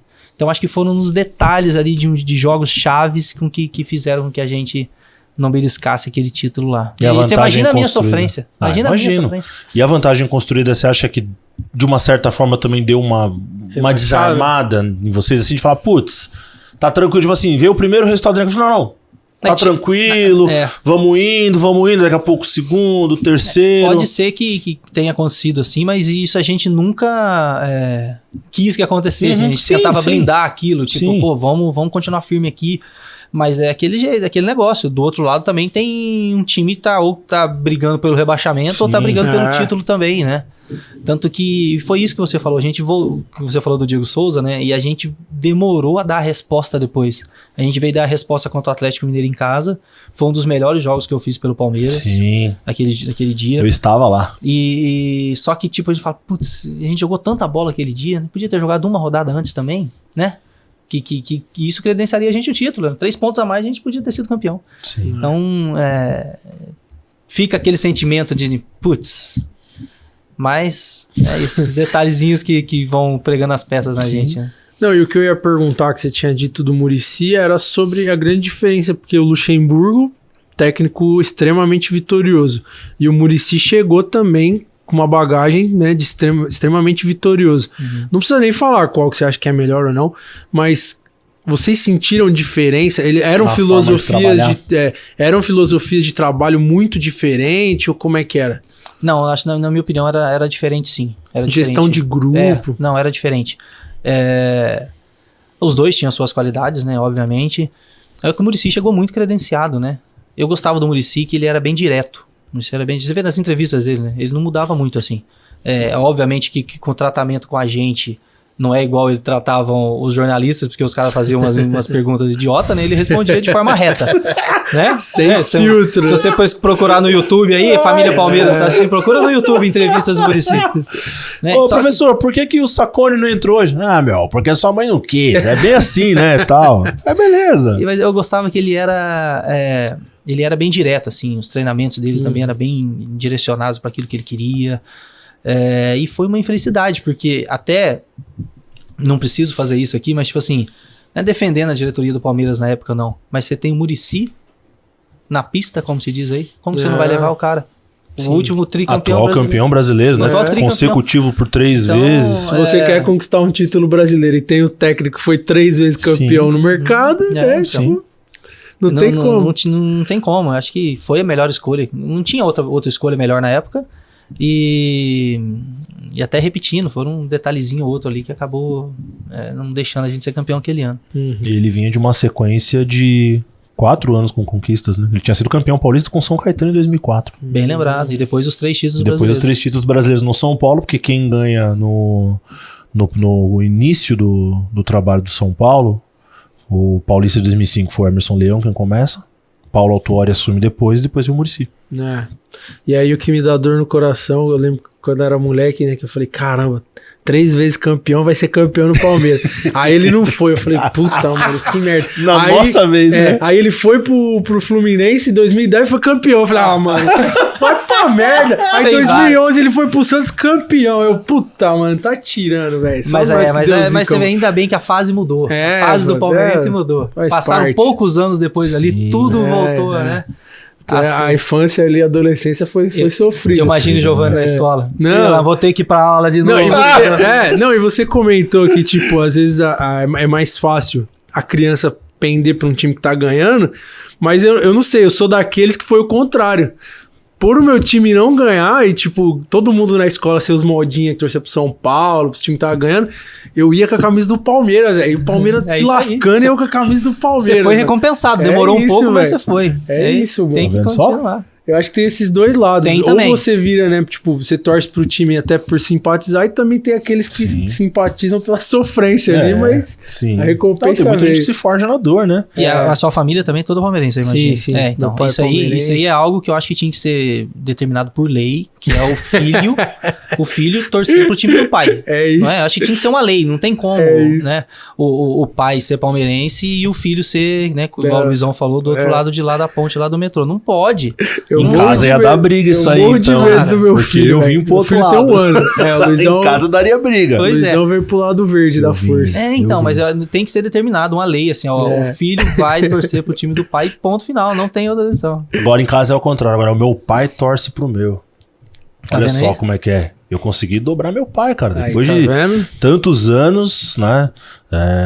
Lógico, quando jogam contra, ele não consegue mais. Quando é jogo contra outros times, ele torce, cara. Até quando termina a temporada, eu sempre separo uma camisa do uniforme, eu mando pra ele, que é o mesmo nome, né?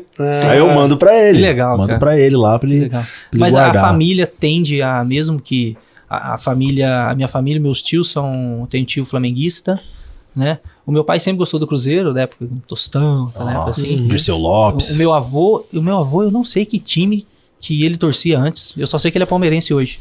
Tipo, sabe? Minha avó também. Minha avó me liga, meu avô me liga, minha esposa tá aqui, não vai deixar eu mentir. Meu avô me liga, fala: David, tem jogo do Palmeiras hoje, né? Tem, vovô, 7 horas. Ah, então tá bom, então tá assistindo aqui. Eu e tua avó estamos assistindo aqui. É assim. Tipo, e ele não era palmeirense. Cara, ele transformou. Até aproveitando você falar essa história de família, quando você começou a jogar no profissional, teve algum momento que você reuniu a família, levou no estádio, você conseguiu proporcionar isso pra eles? Não consegui. Ou até pro rapaz que te deu a camisa, que eu já esqueci. O Manuel Evandro? Ele é daqui, ele tava no estádio. O Manuel tava no estádio todo dia. É verdade. Ganhou camisa minha também. Mas era isso, você retribuiu ali um dia. Retribuí. Mas assim, reunir todo mundo, não. Mas assim, eu tenho minhas tias em Mogi Guaçu, então eles iam assistir meus jogos no Guarani, né? E aqui no Palmeiras, o meu pai vinha. né? Meu pai, minha irmã, minha mãe, eles vieram ver jogos, né? E os meus irmãos eram muito novinhos, então eles não né? Entendi. Mas eles vinham assim, mas conseguir reunir todo mundo, não. Sim. Todo mundo eu não consegui, pô, seria legal também. Mas deve ter dado, lógico, um baita orgulho pra eles. Não, mas aí a gente providenciou uma televisão grandona lá pra sala do meu avô, aí reunia todo mundo lá pra assistir. Ia ter jogo, reunia todo mundo na casa do meu avô pra poder assistir o jogo. Que da hora. Ficou marcado, assim. Depois de 2009, a temporada 2010, aí a gente tem mais uma, né, mudança no comando no meio do percurso, né? O Muricy começa, mas no meio do caminho tem a troca pro Antônio Carlos Zago. E 2010 foi um ano que a gente teve algumas mudanças no elenco, algumas peças saindo, né? O Diego Souza no meio do caminho acabou saindo, tal. Foi difícil para manter aquela manutenção, mas tivemos algumas peças voltando também ali no meio do caminho, e o time não conseguiu aquela coletividade que a gente esperava, né? Das temporadas que você passou aqui, foi a que mais teve essa dificuldade de encaixe? Foi. Por mais que a gente começou o Paulista já com o Muricy, a gente fez a pré-temporada, a gente começou até bem, assim, né? Foi, como você citou, a gente começou até bem. Aí a gente teve uma derrota difícil pro São Caetano em casa, sabe? A gente teve alguns jogos, assim, complicados, que daí combinou até com a saída do Muricy. Então foi um ano, assim, difícil. Aí o Zago chegou, tentou ajustar, mas também não andou, né? E aí foi ali, mais ou menos, quase pro final do Campeonato Paulista, que eu acabei saindo de empréstimo pro Goiás. O Jorginho foi pro Goiás e aí acabei indo pra lá, né? Jorginho que tinha sido seu treinador em 09, naquele período após a demissão do Vanderlei, né? No Cantinflas. Isso mesmo. Cara sensacional, inclusive. Passou por aqui com a gente. Eu vi no episódio, isso mesmo. O Jorginho, aí eu acabei indo pro Goiás. Aí depois a gente pensa, né? Tudo a gente fica, né? Putz, será que eu devia ter ido?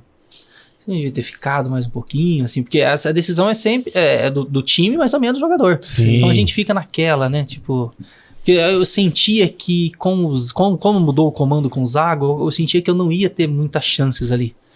E aí eu acabei, e o Jorginho vai pro Goiás e fala: ô David, como você tá aí? Quer vir pra cá pra poder me ajudar aí? Como eu tinha contrato ainda com o Palmeiras, eu falei, bom, vou, qualquer coisa, depois terminando ali eu volto pra cá e tal. Mas aí mudou de novo, veio o Felipão. Sim. Né?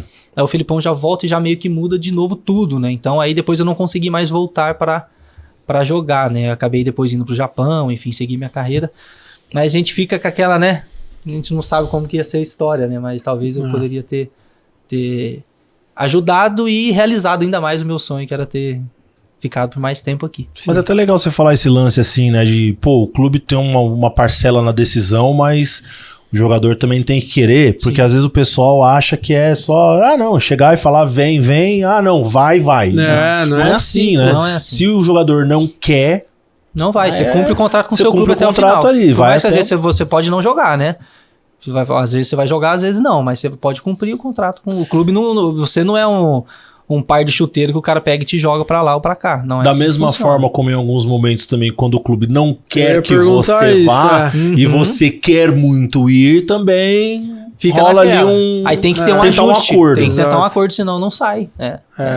Tá certo, porque daí os dois lados ficam protegidos, né? Sim. Porque como que o cara se pega e fala, eu vou sair daqui e vou embora? Não, peraí, você tem um contrato pra cumprir. Sim. Você só vai desde que seja feita... Tipo, eu tenho tanto, eu abro mão de um percentual aqui, um percentual ali pra chegar num ajuste legal. Sim, todo jogador tem multa rescisória ou depende do contrato? Todo jogador tem multa rescisória. O que pode variar é o valor da sua multa rescisória, mas todo contrato com... como é que fala? Contrato com prazo determinado, ele tem uma multa. Perfeito. Geralmente é o quê? Tu assina um contrato de 5 anos, a multa daquele contrato é 50% do valor do seu salário até o final dele. Então, vamos supor, tu assina um contrato comigo de R$1.000 por mês por 5 anos. Sou ruim de matemática, mano. São 60 mil reais. 60 meses. 60 mil reais. Se você quiser ir embora, você assinou hoje, você quer ir embora hoje, você tem que me pagar pelo menos 30 mil. Quem for te contratar tem que me pagar pelo menos 30 mil. Entendi. 30 mil para rescisão unilateral. Por isso que às vezes acontece do clube chegar e pagar a multa do jogador. Exato. E aquele restinho que falta, paga e sai. Que é aquela situação que os chineses fizeram muito aqui, que o pessoal falava assim, a gente não tá entendendo o que tá acontecendo no mercado chinês, porque o jogador simplesmente amanhece e fala pro clube, eu tô indo embora. Porque o chinês vinha e falava, David, quanto é que você quer ganhar? Aí o David, quero ganhar tanto. Mas como é que é a sua situação? E quanto que é a sua multa? Minha multa é tanto, tá bom, Tá aqui na sua conta, se vira com o teu clube e paga a tua multa. Por isso que vários brasileiros foram naquela época. Acabaram indo, porque não tinha como voltar atrás, né? Renato Augusto foi, vários caras foram para... Bom, isso. Mas essa multa não é necessariamente o valor que você tá falando. Pode ser maior, não precisa ser do salário. Pode ser maior, mas aí depende do tipo de contrato que você fez. Porque tem contrato que tem as cláusulas que, tipo assim, que estipula, fala assim, ó, você tem a multa contratual pelo contrato de prazo determinado, mas aqui na cláusula tal, tipo, se não chegar no valor X, a gente não abre conversa. Porque também rola, às vezes, de tipo, ser uma multa pra time brasileiro e uma pra time exterior. Exatamente. Então, outros valores. Cláusulas contratuais. São cláusulas que são colocadas no contrato e, logicamente, para você ter essa situação de ter uma multa X ou Y pra cá ou pra lá, alguma coisa o clube te dá de retorno também. Então tem muito sempre esse balanceamento. Cara, é muito que mais... é fácil fazer contrato, né? O pessoal acha que é igual no joguinho lá, que você tem o dinheiro infinito, entra lá, fala, quero contratar fulano aqui, vem embora, tá tudo certo. Manda o salário, o valor da transferência lá e aceito. Não é tão simples como um contrato de aluguel que a gente pega ali na internet e bate ali, só muda os dados e faz. Exato, não é tão simples assim. E a experiência fora do Brasil, né? Que você tava falando que teve um quase na França. Sim. Mas você jogou no Japão, jogou em outros territórios. Como é que foi viver fora do país? Foi muito legal, cara. Eu gostei muito de morar no Japão, viver lá, ter vivido aquela cultura, né? Foi muito legal. E aí do Japão também tem... depois eu fui pro Azerbaijão, do ladinho da Turquia ali, perto com Geórgia, Armênia, aquele meio ali. Azerbaijão também foi muito legal, tinha brasileiros no time comigo. E a gente viveu uma experiência muito boa lá. Tipo, jogou no time da capital lá? Não era 4 horas da capital. Luiz 4 horas de Baku? Cara, Caraca, 4 horas de Baku. Longe, hein? E se eu te falar, a gente fala, pô, paulistano, às vezes, não dirige direito, o pessoal entra na frente. É que vocês não viram o trânsito do Azerbaijão. Nossa. Vocês não viram o trânsito do Azerbaijão. É uma coisa de louco. Eu imagino que não tenha melhorado. Não sei como levaram a Fórmula 1 pra lá. Eu acho que bom, se bem que aí na Fórmula 1 os caras dirigem bem, mas assim... o trânsito, sério, era... Obviamente a gente pede pra Deus todo dia, né? Faz oração. Só que quando ia sair de viagem de Baku pra Lankaran, olha, tinha que dobrar a oração e pedir pra Deus mesmo tomar conta nossa, porque não era brincadeira. O cara entrava na frente e você que tinha que sair. Não era tipo assim, ó, vou passar o carro. Entrei, meu amigo, você que sai, eu tô terminando de passar. Nossa. Assim, e não era tipo uma vez ou outra, era toda hora. Tanto que foi um treinador turco pra lá e o motorista do nosso ônibus, ele era muito louco. Ele dava seta pra esquerda e saía. Não, ele saía e ia. Os caras que saíam, entendeu? E o treinador geralmente vai no banco da frente, né? Depois da primeira viagem, o treinador nosso turco lá, que foi uma das lendas turcas lá, o Mustafa Denizli, ele falou, ou você dirige direito, na velocidade certa e direito, ou senão você não vai mais trabalhar no clube. O cara, foi dessa maneira. Tipo assim, o cara falou, sai da Turquia pra vir trabalhar aqui. E vou morrer aqui. Tipo, sabe? Não, brincadeira, cara. E o idioma lá é o quê? Azeri. O Azeri deles mesmo? É deles, mas tipo assim, ó, pra você entender, pra gente, é como se fosse o espanhol aqui pra gente, o português e o espanhol, o Azeri é o turco pra eles. Entendi. Sabe? Então é meio que uma misturinha ali. Conseguiu aprender do mesmo jeito? Não aprendi nada. Não aprendeu nada? Não aprendi nada. Era muito difícil. Então, eles falavam, e lá era misturado, que eles falavam turco e russo. Nossa. Então, assim... É que depende de que lado que você tá, né? Porque a Turquia, ela tem um lado que é mais asiático e tem um lado que é mais europeu, que é mais ligado ao leste ali e tal. E o Azerbaijão fica bem ali naquele meinho ali no Mar Cáspio. Então, dividido ali pra baixo é o Irã, né? Faz divisa com o Irã ali. E o pessoal sempre confundia. David, você tá onde agora? Não, tô no Azerbaijão. No Irã. Onde o Felipão tá? Não, lá é o Uzbequistão. Lá onde o Rivaldo foi. Não. Lá é outro tão. É Uzbequistão. Eu tô no Azerbaijão. O pessoal confundia muito. E aí tu tinha tradutor lá? Tinha tradutor. E foi a época que eu mais aprendi inglês. Porque no meu time tinha búlgaro, sueco, brasileiro, espanhol, macedônio, croata, que podia jogar 8 jogadores estrangeiros. Então o nosso time tinha um monte de jogador. E tinha o tradutor, e esse cara é um crânio, trabalha até hoje lá, ele trabalha no Karabakh, que é o time que sempre joga agora Champions, né? Que é a potência lá hoje no Azerbaijão. E ele falava, cara, praticamente... Ele falava espanhol, português, inglês. E aí, o treinador falava em turco, e falava turco também. O treinador falava em turco, azeri, traduzia ou em inglês, ou em português, ou em espanhol. Então, aquela época, pra mim, foi a época que eu mais consegui desenvolver meu inglês, sabe? Porque, pô, me ajudou demais, assim. Eu acho que ele tinha que estar na preleção, igual aquele vídeo do Allan Kardec, sabe? Que o cara... Aí o cara... Ele tinha que estar na preleção. Traduzindo o chinês, porque né? cada um falava o idioma e ele centrava ali. O tradutor do Kardec traduzindo pra chinês. Sim, eu sei, esse vídeo é tem bom que demais. ter a mesma intensidade. Cara, mas esse cara era incrível, porque ele falava várias línguas, assim, cara. E aí ajudou muita gente. E foi muito legal ter convivido com esses caras de outros países. Várias culturas, né? Teve um croata que veio pra cá uma vez, aqui no Brasil, ficou aqui uns 3, 4 dias. Eu peguei ele aqui, levei ele pra passear e tal. É legal ter essa troca. Essa troca com esses outros países, assim, foi muito legal. E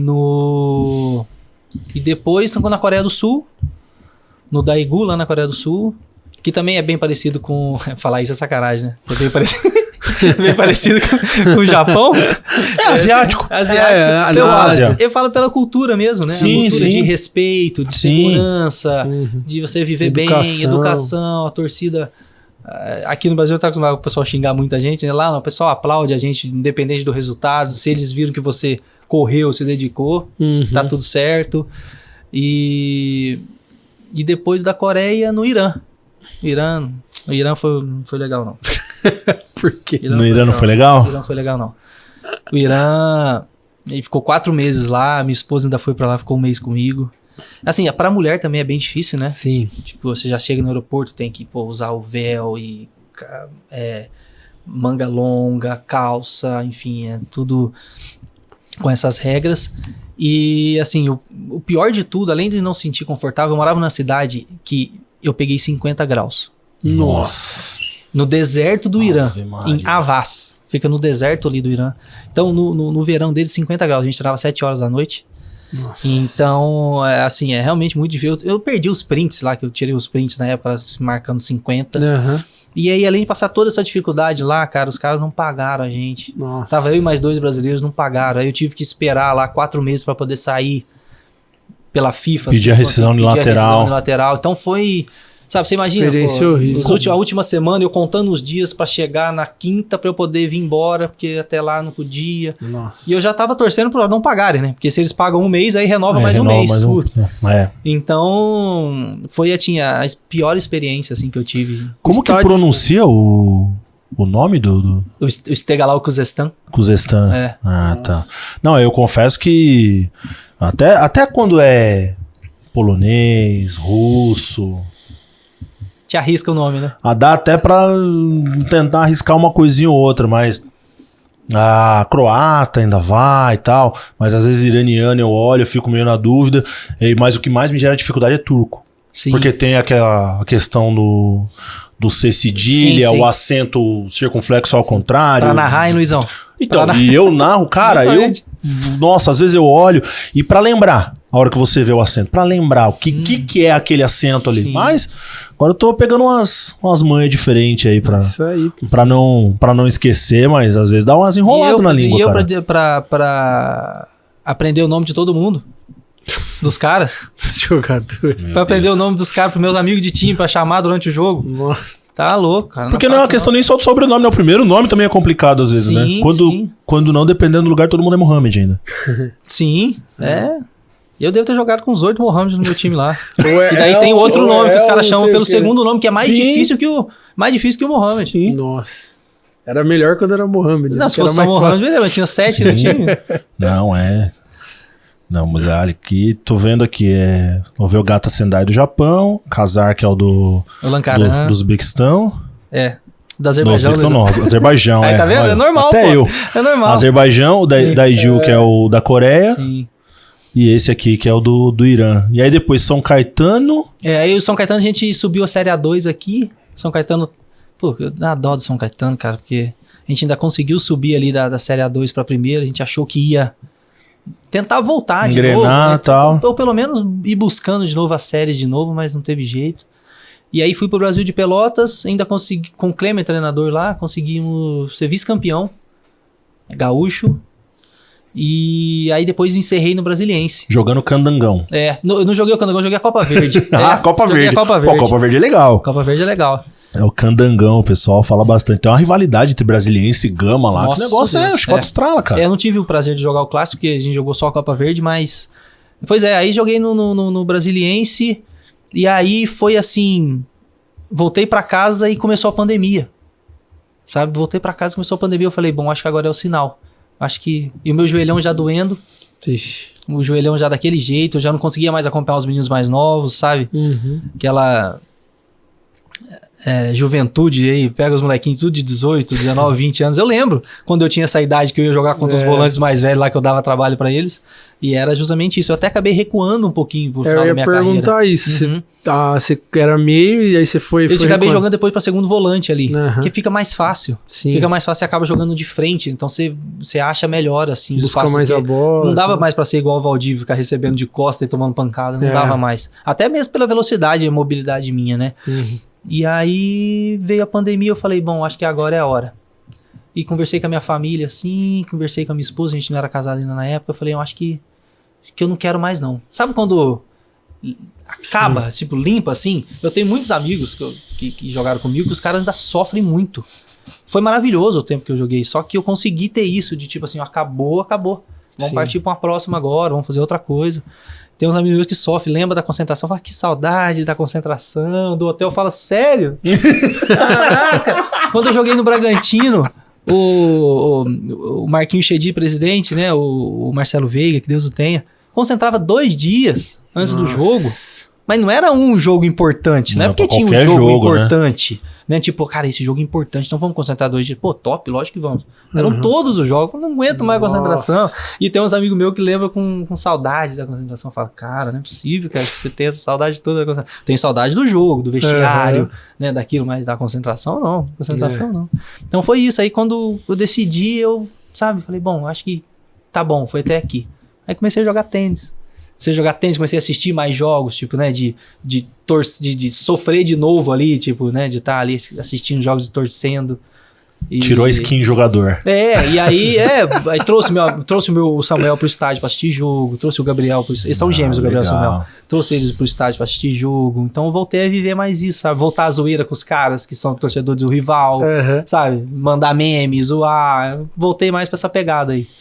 Então acho que foi o tempo determinado e... Uma parada de forma saudável, né? Sem sofrimento ali e tal, no entendimento. Pô, bacana quando é assim, porque isso que você tá falando de sentir saudade da concentração, pelo menos eu nunca ouvi nenhum jogador falando, mas eles falando dessa questão do sentimento de parar ali, de saber entender o momento de parar e tal, que é difícil às vezes, que você quer continuar, mas o corpo já não responde e tal. Sim, então aí entra...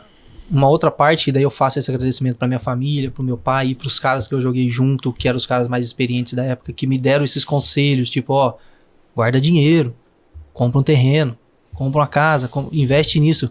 Porque, às vezes, muitos jogadores ficam protelando a parada porque ele não tem outra coisa pra ele fazer, não sabe fazer outra coisa, porque a gente também passou 20 anos fazendo isso, e também porque às vezes ele não conseguiu guardar alguma coisinha que ele não conseguiu, que ele precisa continuar jogando para poder manter ali.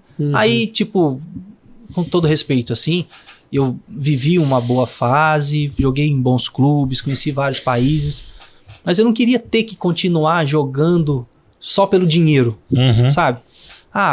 Vai agora lá pra 3, lá, tal lugar, assim. Cara, quero não. Então acho que agora eu vou parar, vou recuperar esse tempo com meus pais, eu sempre falo isso, comprar o pão e tomar café da manhã com eles, almoçar com eles, sabe isso? E eu agradeço também a minha esposa por ter aceitado ir morar em Alfenas, entendeu? Porque a Ana tem uma história legal, porque ela nasceu no Japão, né? Os pais moram em Ribeirão Preto e ela morava aqui em São Paulo. O meu sogro estava fazendo uma pós lá no Japão, foi quando ela nasceu. E assim, ela também ir comigo, tipo, decidir também morar na minha cidade natal, também pra mim, tipo assim, isso conta muito, porque eu posso continuar com a minha família e recuperar esse tempo, né? Tipo, de passar na casa dos meus avós, comer um bolinho ali com eles, sabe isso? A gente não pude fazer por tantos anos, né? Então a gente tenta recuperar de alguma forma isso, esse tempo que a gente não viveu. É uma vida de renúncias, né? E muitas. Quantos? Casamento, aniversário, tudo isso a gente acaba não participando, né? É verdade, não tem como, tem jogo, tem que treinar, não dá pra fazer, né? Então, aí, acho que calhou certinho pra eu ainda conseguir aproveitar algumas coisas agora, né? Depois que eu parei. E tendo vivenciado tudo isso, hoje, se você pudesse voltar e mudar alguma coisa, você mudaria ou da forma que foi pra você, tipo, foi satisfatório? Esse lance de ter o sonho de jogar, se profissionalizar, conseguir jogar no time do coração, jogar em outros países, conhecer outras culturas, você mudaria alguma coisa? Não mudaria. Eu acredito que os planos de Deus foram esses e foi o que tinha pra acontecer. Apenas uma brincadeira, mas talvez eu não iria pra Marília naquele jogo que eu machuquei, entendeu? Talvez poderia ter mudado alguma coisa, né? Talvez se eu não tivesse ido pra Marília, eu não tinha machucado o joelho naquele dia e as coisas poderiam ter acontecido um pouquinho diferente. Mas, como se diz, é tudo... O jogo do Marília que foi 1-0. 1-0, gol do Helder Granja, sim, batendo falta. Isso mesmo. Foi, acho que tem uma memória também. Acho que foi a segunda partida dele com a camisa do Palmeiras, ou primeira partida, alguma coisa assim. Talvez a segunda partida dele com a camisa do Palmeiras. Foi por aí. Helder Granja que chegou no Palmeiras sob muita desconfiança, porque a temporada de 2007 dele tinha sido muito irregular, né, com poucos jogos, problemas físicos, e aí ele chega, faz um trabalho na famosa caixa de areia do Vanderlei. Sim, lá no cantinho. E entra a 200% voando e foi um dos grandes nomes daquele campeonato. Cara, é difícil a gente falar, né? Tipo assim, aquele time do Paulista de 2008, lógico, a gente sempre vai ficar com a figura do Alex Mineiro pelos gols que fez e do Valdívia pela genialidade que tinha, mas aquele time era muito equilibrado, cara. Sim. Era um time muito equilibrado, o conjunto era muito equilibrado. Pierre, todas as peças se valiam. O Pierre que também se lesionou, né? Durante ali a jornada. O Gustavão, o volante, o Henrique... O Henrique tava na zaga com o Gustavo. Ele chegou depois, não, mas ele já tava. Teve a lesão do Marcos, que o Cavalieri conseguiu segurar a barra, né? Porque... o Marcos volta durante esse Paulista de 2008, né? O Cavalieri foi titular nos primeiros jogos, tudo. Era um time muito organizado e quando saía, tipo, o Denilson também foi um dos últimos anos da carreira dele praticamente, porque depois ele foi Bitumbiara, não jogou mais, mas ele contribuiu demais, assim, né? Sim. Naquele time. Então é isso mesmo, o time foi bem montado realmente, né? Foi um time bem Era pra sair da fila. Era pra poder sair da fila. E o Vanderlei falou.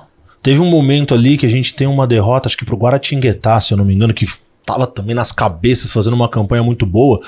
E a galera foi questionar ele na coletiva depois e tal. E ele falou, olha, eu confio que vai dar certo, né? Com aquele jeitão dele, vai dar certo o projeto aqui, eu confio, vocês podem acreditar, a gente vai bater campeão. Só que ele falou isso, ele falou, ele cravou, tenho certeza que seremos campeões e vai dar certo. E dali pra frente do Guaratinguetá em diante foi aquela arrancada maravilhosa e do resto da história todo mundo já conhece. E David, uma última curiosidade, eu sempre pergunto isso pra todo mundo, né, que passa por aqui. Você teve algum momento que o pezinho saiu do chão? Porque eu costumo comentar com os amigos, eu falo assim, cara, a carreira de atleta, ainda mais no futebol, ela é cheia de altos e baixos, mas ela é muito maluca, porque um dia você não é ninguém, com perdão da palavra, e no outro dia você é alguém muito conhecido, que tá na capa do jornal, hoje que tá nos vídeos, e é normal o cara ter um momento que ele perde um pouquinho ali do chão. Você teve esse momento, assim, de perder um pouquinho desse prumo do chão, às vezes eu brinco, eu falo assim, de achar que tava um pouquinho acima do patamar que tava e chegou a cair. Você chegou a passar por isso ou na sua caminhada a galera conseguiu te segurar numa boa? Então, Luizão, meu pai e minha mãe nunca deixaram, acho que isso acontecer. Daí vai mais os créditos de novo pros meus pais, né? Tipo, pela criação e... Pra você ter uma ideia, tipo... Quando eu vim pro Palmeiras, obviamente, eu comecei a receber um salário melhor do que o do Guarani. Sim. Então, meu pai controlava o seu David, cartão de crédito esse mês, cuidado aí. Tipo, esse nível de cuidado, tipo, só, calma aí. Aí, naquela idade, eu pensava comigo, né? Tá bom, papai? Não, beleza, mas tipo, caramba, mas pô, né? Só que, tipo, era isso, entendeu? Pô, dá uma economizada aqui no cartão aqui pra você pagar seu apartamento, sabe assim? Sim. Então, todo esse cuidado e tipo, pô... balada, essas coisas, cuidado. Eu nunca fui muito de sair, óbvio que eu não vou falar que eu nunca fui, mas lógico que eu fui, né? Você imagina, em São Paulo com 20 anos, 21 anos, assim, mas eu tinha esse temor, entendeu? E tipo, meus pais não iam gostar. Meus pais não iam gostar que eu fizesse isso aqui, não. Então, isso tudo me ajudou. pra que eu não deslumbrasse, entendeu? Eu comprei um Astra, pô. Não comprei o... sei lá qual que era o carro da época, entendeu? Eu não comprei fez que nem o Lenny. Tipo isso. Eu não dei essa pancada, entendeu? Então eu fui ali, ó. Eu fui aqui, assim, mais contido, entendeu? O Lenny chegou aqui, ele contou pra gente que ele queria um... Que carro que era, GG?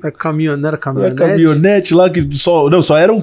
Não sei quem, só tinha o carro. Só o técnico. Ele virou pro empresário e você falou, ó, tá o carro assim. Falou, não, foi essa eu não. quero. E aí o empresário falou assim, pô, Lenny, vamos esperar um pouquinho, você tá renovando o contrato, você ainda no Fluminense, Sim. você tá renovando o contrato agora, né? Espera mais um pouquinho, que aí você vai lá e compra. Você não tá entendendo. Eu quero. Se vira. Caraca. Foi bem assim. Aí disse que o cara chegou lá com o carro e um carnê ele com trocentas prestações aprendeu, pra ele pagar. depois ele aprendeu, né? Depois ele tinha nem gasolina. Tinha nem gasolina, né? Disse que terminou de pagar quando veio pra cá, né? Sim, Que aí terminou de pagar as prestações do carnezão dele lá, perder de vista. Mas tudo isso, acho que por meu pai ter passado muita dificuldade quando era criança e tal, a gente tem esse cuidado, né? Então, valeu a pena. Tipo, essas chamadas de atenção, essa puxadinha na orelha. Mas, graças a Deus, não cheguei a ficar assim, não deixaram. Mas na tua casa também, tipo, digamos assim, que tu não era a salvação da lavoura, né? Porque tem muitos casos de meninos que viram atleta e ele é a salvação da família, digamos assim. Tipo, ele vai mudar a realidade da vida da família. E aí, às vezes, aonde acaba se perdendo um pouquinho, porque a hora que a conta chega, ajuda um aqui, um ali, paga aqui, paga lá, atrás, quando vai ver não sabe nem onde tá indo o dinheiro e tal. Mas na tua família não teve essa parada, né? Tu não era o cara que chegou ali pra salvar a lavoura, digamos assim. O meu pai sempre trabalhou muito, meu pai foi motorista, ônibus, caminhão, sempre trabalhou muito. Então pra gente nunca faltou nada, mas nunca sobrou nada. E daí quando eu comecei a jogar, eu comecei a ajudar muito mais os meus pais, obviamente, né? Consegui fazer depois com que meus irmãos fossem estudar nos Estados Unidos, sabe? Então, o que deu para eu poder ajudar a minha irmã, eu ajudei também, meus tios, meus avós, todo mundo que eu consegui ajudar, eu ajudei, mas não foi tipo assim, igual os caras que ganharam muito, uma casa para não assim, né? Mas, e ajuda até hoje, sempre que pode eu faço o que eu posso ali, né? Mas realmente eu não tive essa pressão, né? Tipo assim, eu não é que não tinha coisa pra gente comer dentro de casa, né? Entendeu? Sim. Então foi ali, Deus abençoou a gente para que fosse um complemento para que a nossa família conseguisse viver um pouco melhor, né? E conseguiu. Agora, nessa nova empreitada aí com a incorporadora, o que foi que te despertou de ir para esse ramo, pro ramo imobiliário, o ramo da construção civil? Sim. Então, além da esposa, é claro. Sim, né, sim, a Ana é arquiteta. Mas aí foi isso. O meu pai já falava, deixa, compra um terreninho aqui, já com essa visão. Tanto que, ele vai adorar que eu falo isso, né? Tanto que o terreno que o papai me indicou pra gente comprar em 2012, hoje tá construindo um prédio lá e a gente tem 4 apartamentos nele. Tipo assim, olha os frutos que a gente tá colhendo depois de tanto tempo, né? Então, a partir de lá, aí a gente construiu uma casinha que vendeu, construiu outra que alugou, entendeu? E aí, como a gente também tem um outro terrenão grande, a gente falou, por que não a gente incorporar, né? E aí fazer todo o processo por nós mesmos, né? Então a gente tá dando esse passo, obviamente é um grande passo, mas a gente acredita que fazendo tudo direitinho ali, sem... Eu não querer fazer 100 apartamentos de uma vez, né? A gente vai começar com 23 apartamentos, tal, e aí a gente vai crescendo aos poucos, né? Mas é isso, acho que partiu daí já, desde aquela época com meu pai, fazendo todo esse caminho pra gente hoje dar um passo maior agora. Brincadeiras à parte, é o banco imobiliário da vida real, parceiro. Não, é verdade mesmo. Mas A gente acha, às vezes, que um joguinho que a gente joga ali, né, cara, talvez não traz nenhum ensinamento, mas traz, que a gente às vezes não leva a sério, mas às vezes traz alguma coisa muito bacana. Eu tenho um Airbnb aqui na Barra Funda, do lado desse apartamento maior, tem um apartamento menor que a gente faz Airbnb, e aí já foi gente lá pra poder assistir o Palmeiras, pros shows, sabe? Então... A gente já está inserido nesse, né, no e é renda pro resto da vida, né? Não é um mercado que ele não morre. Só ele valoriza, não morre, só valoriza, Só valoriza. Eu costumo falar isso pra rapaziada, tem certas áreas que elas nunca vão zerar o game, tá ligado? Nunca vai perecer. Sempre vai ter oportunidade. Lógico que você vai ter que se modificar, se atualizar de acordo com o que tá ali em alta no momento, mas são áreas que nunca perdem o seu valor, cara. Eu tenho um amigo que também trabalha nessa área, que comenta alguns jogos de futsal comigo, André Índio. Grande abraço pra você, que jogou muito futsal, né? Multicampeão em vários lugares. O Índio? O Índio. Ubra. Sim, pô, um monte de lugar. Quando eu era moleque, eu vi Indião, jogar no Galo. Aquele timaço do Indião Galo. comenta comigo hoje. Sim, olha pô, que legal, cara. o nível que eu consegui chegar, cara. Sim. E o Indião também, ele tá nessa área aí de incorporação, de imóvel, de prédio e tal. E ele conversa comigo bastante. Ele fala, Luizão, você tem que, a hora que você puder, entra nisso, cara, sabe? Se investe, porque é bom, é pro resto da vida. E é o que o papai fala. Espero que não aconteça diferente, mas a tua casa, o teu terreno, ninguém te toma. Se você não assinar o papel ali pra passar pra outra pessoa, né? O papai até brinca e fala, se for um terreno, o rapaz pode passar lá dentro, andar lá, mas ele vai limpar os pés depois com a terra ainda vai ficar sua lá. Então, tipo assim, então é mais seguro mesmo, né? Do que ficar nesses investimentos malucos aí, é melhor, né? Os pés no chão pra não fazer nada de errado. Sim. E agora o David, torcedor, como é que você enxerga esse momento do Palmeiras, David? Oh, feliz demais. Feliz demais. Todos esses títulos aí, enfim, ver o que o centro de treinamento se transformou hoje, o treinador que a gente tem, os jogadores de qualidade que a gente tem. Então, a gente brinca que hoje em dia tá mais fácil torcer pro Palmeiras, né? Então, mas é verdade. Tô ficando até mal acostumado. Tá mal acostumado. Mas aí isso foi durante anos, né? Toda essa organização durante anos, essa programação, essa estrutura. E a tendência é continuar assim, ó.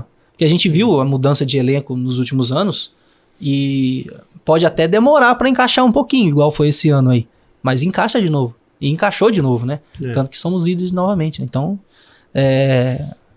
o futuro é que continue dessa maneira aí pra alegria, né? Pra alegria dessa família Palmeiras aí. E você acha que você teria um lugarzinho aí nesse time, não? Cara, se eu falar...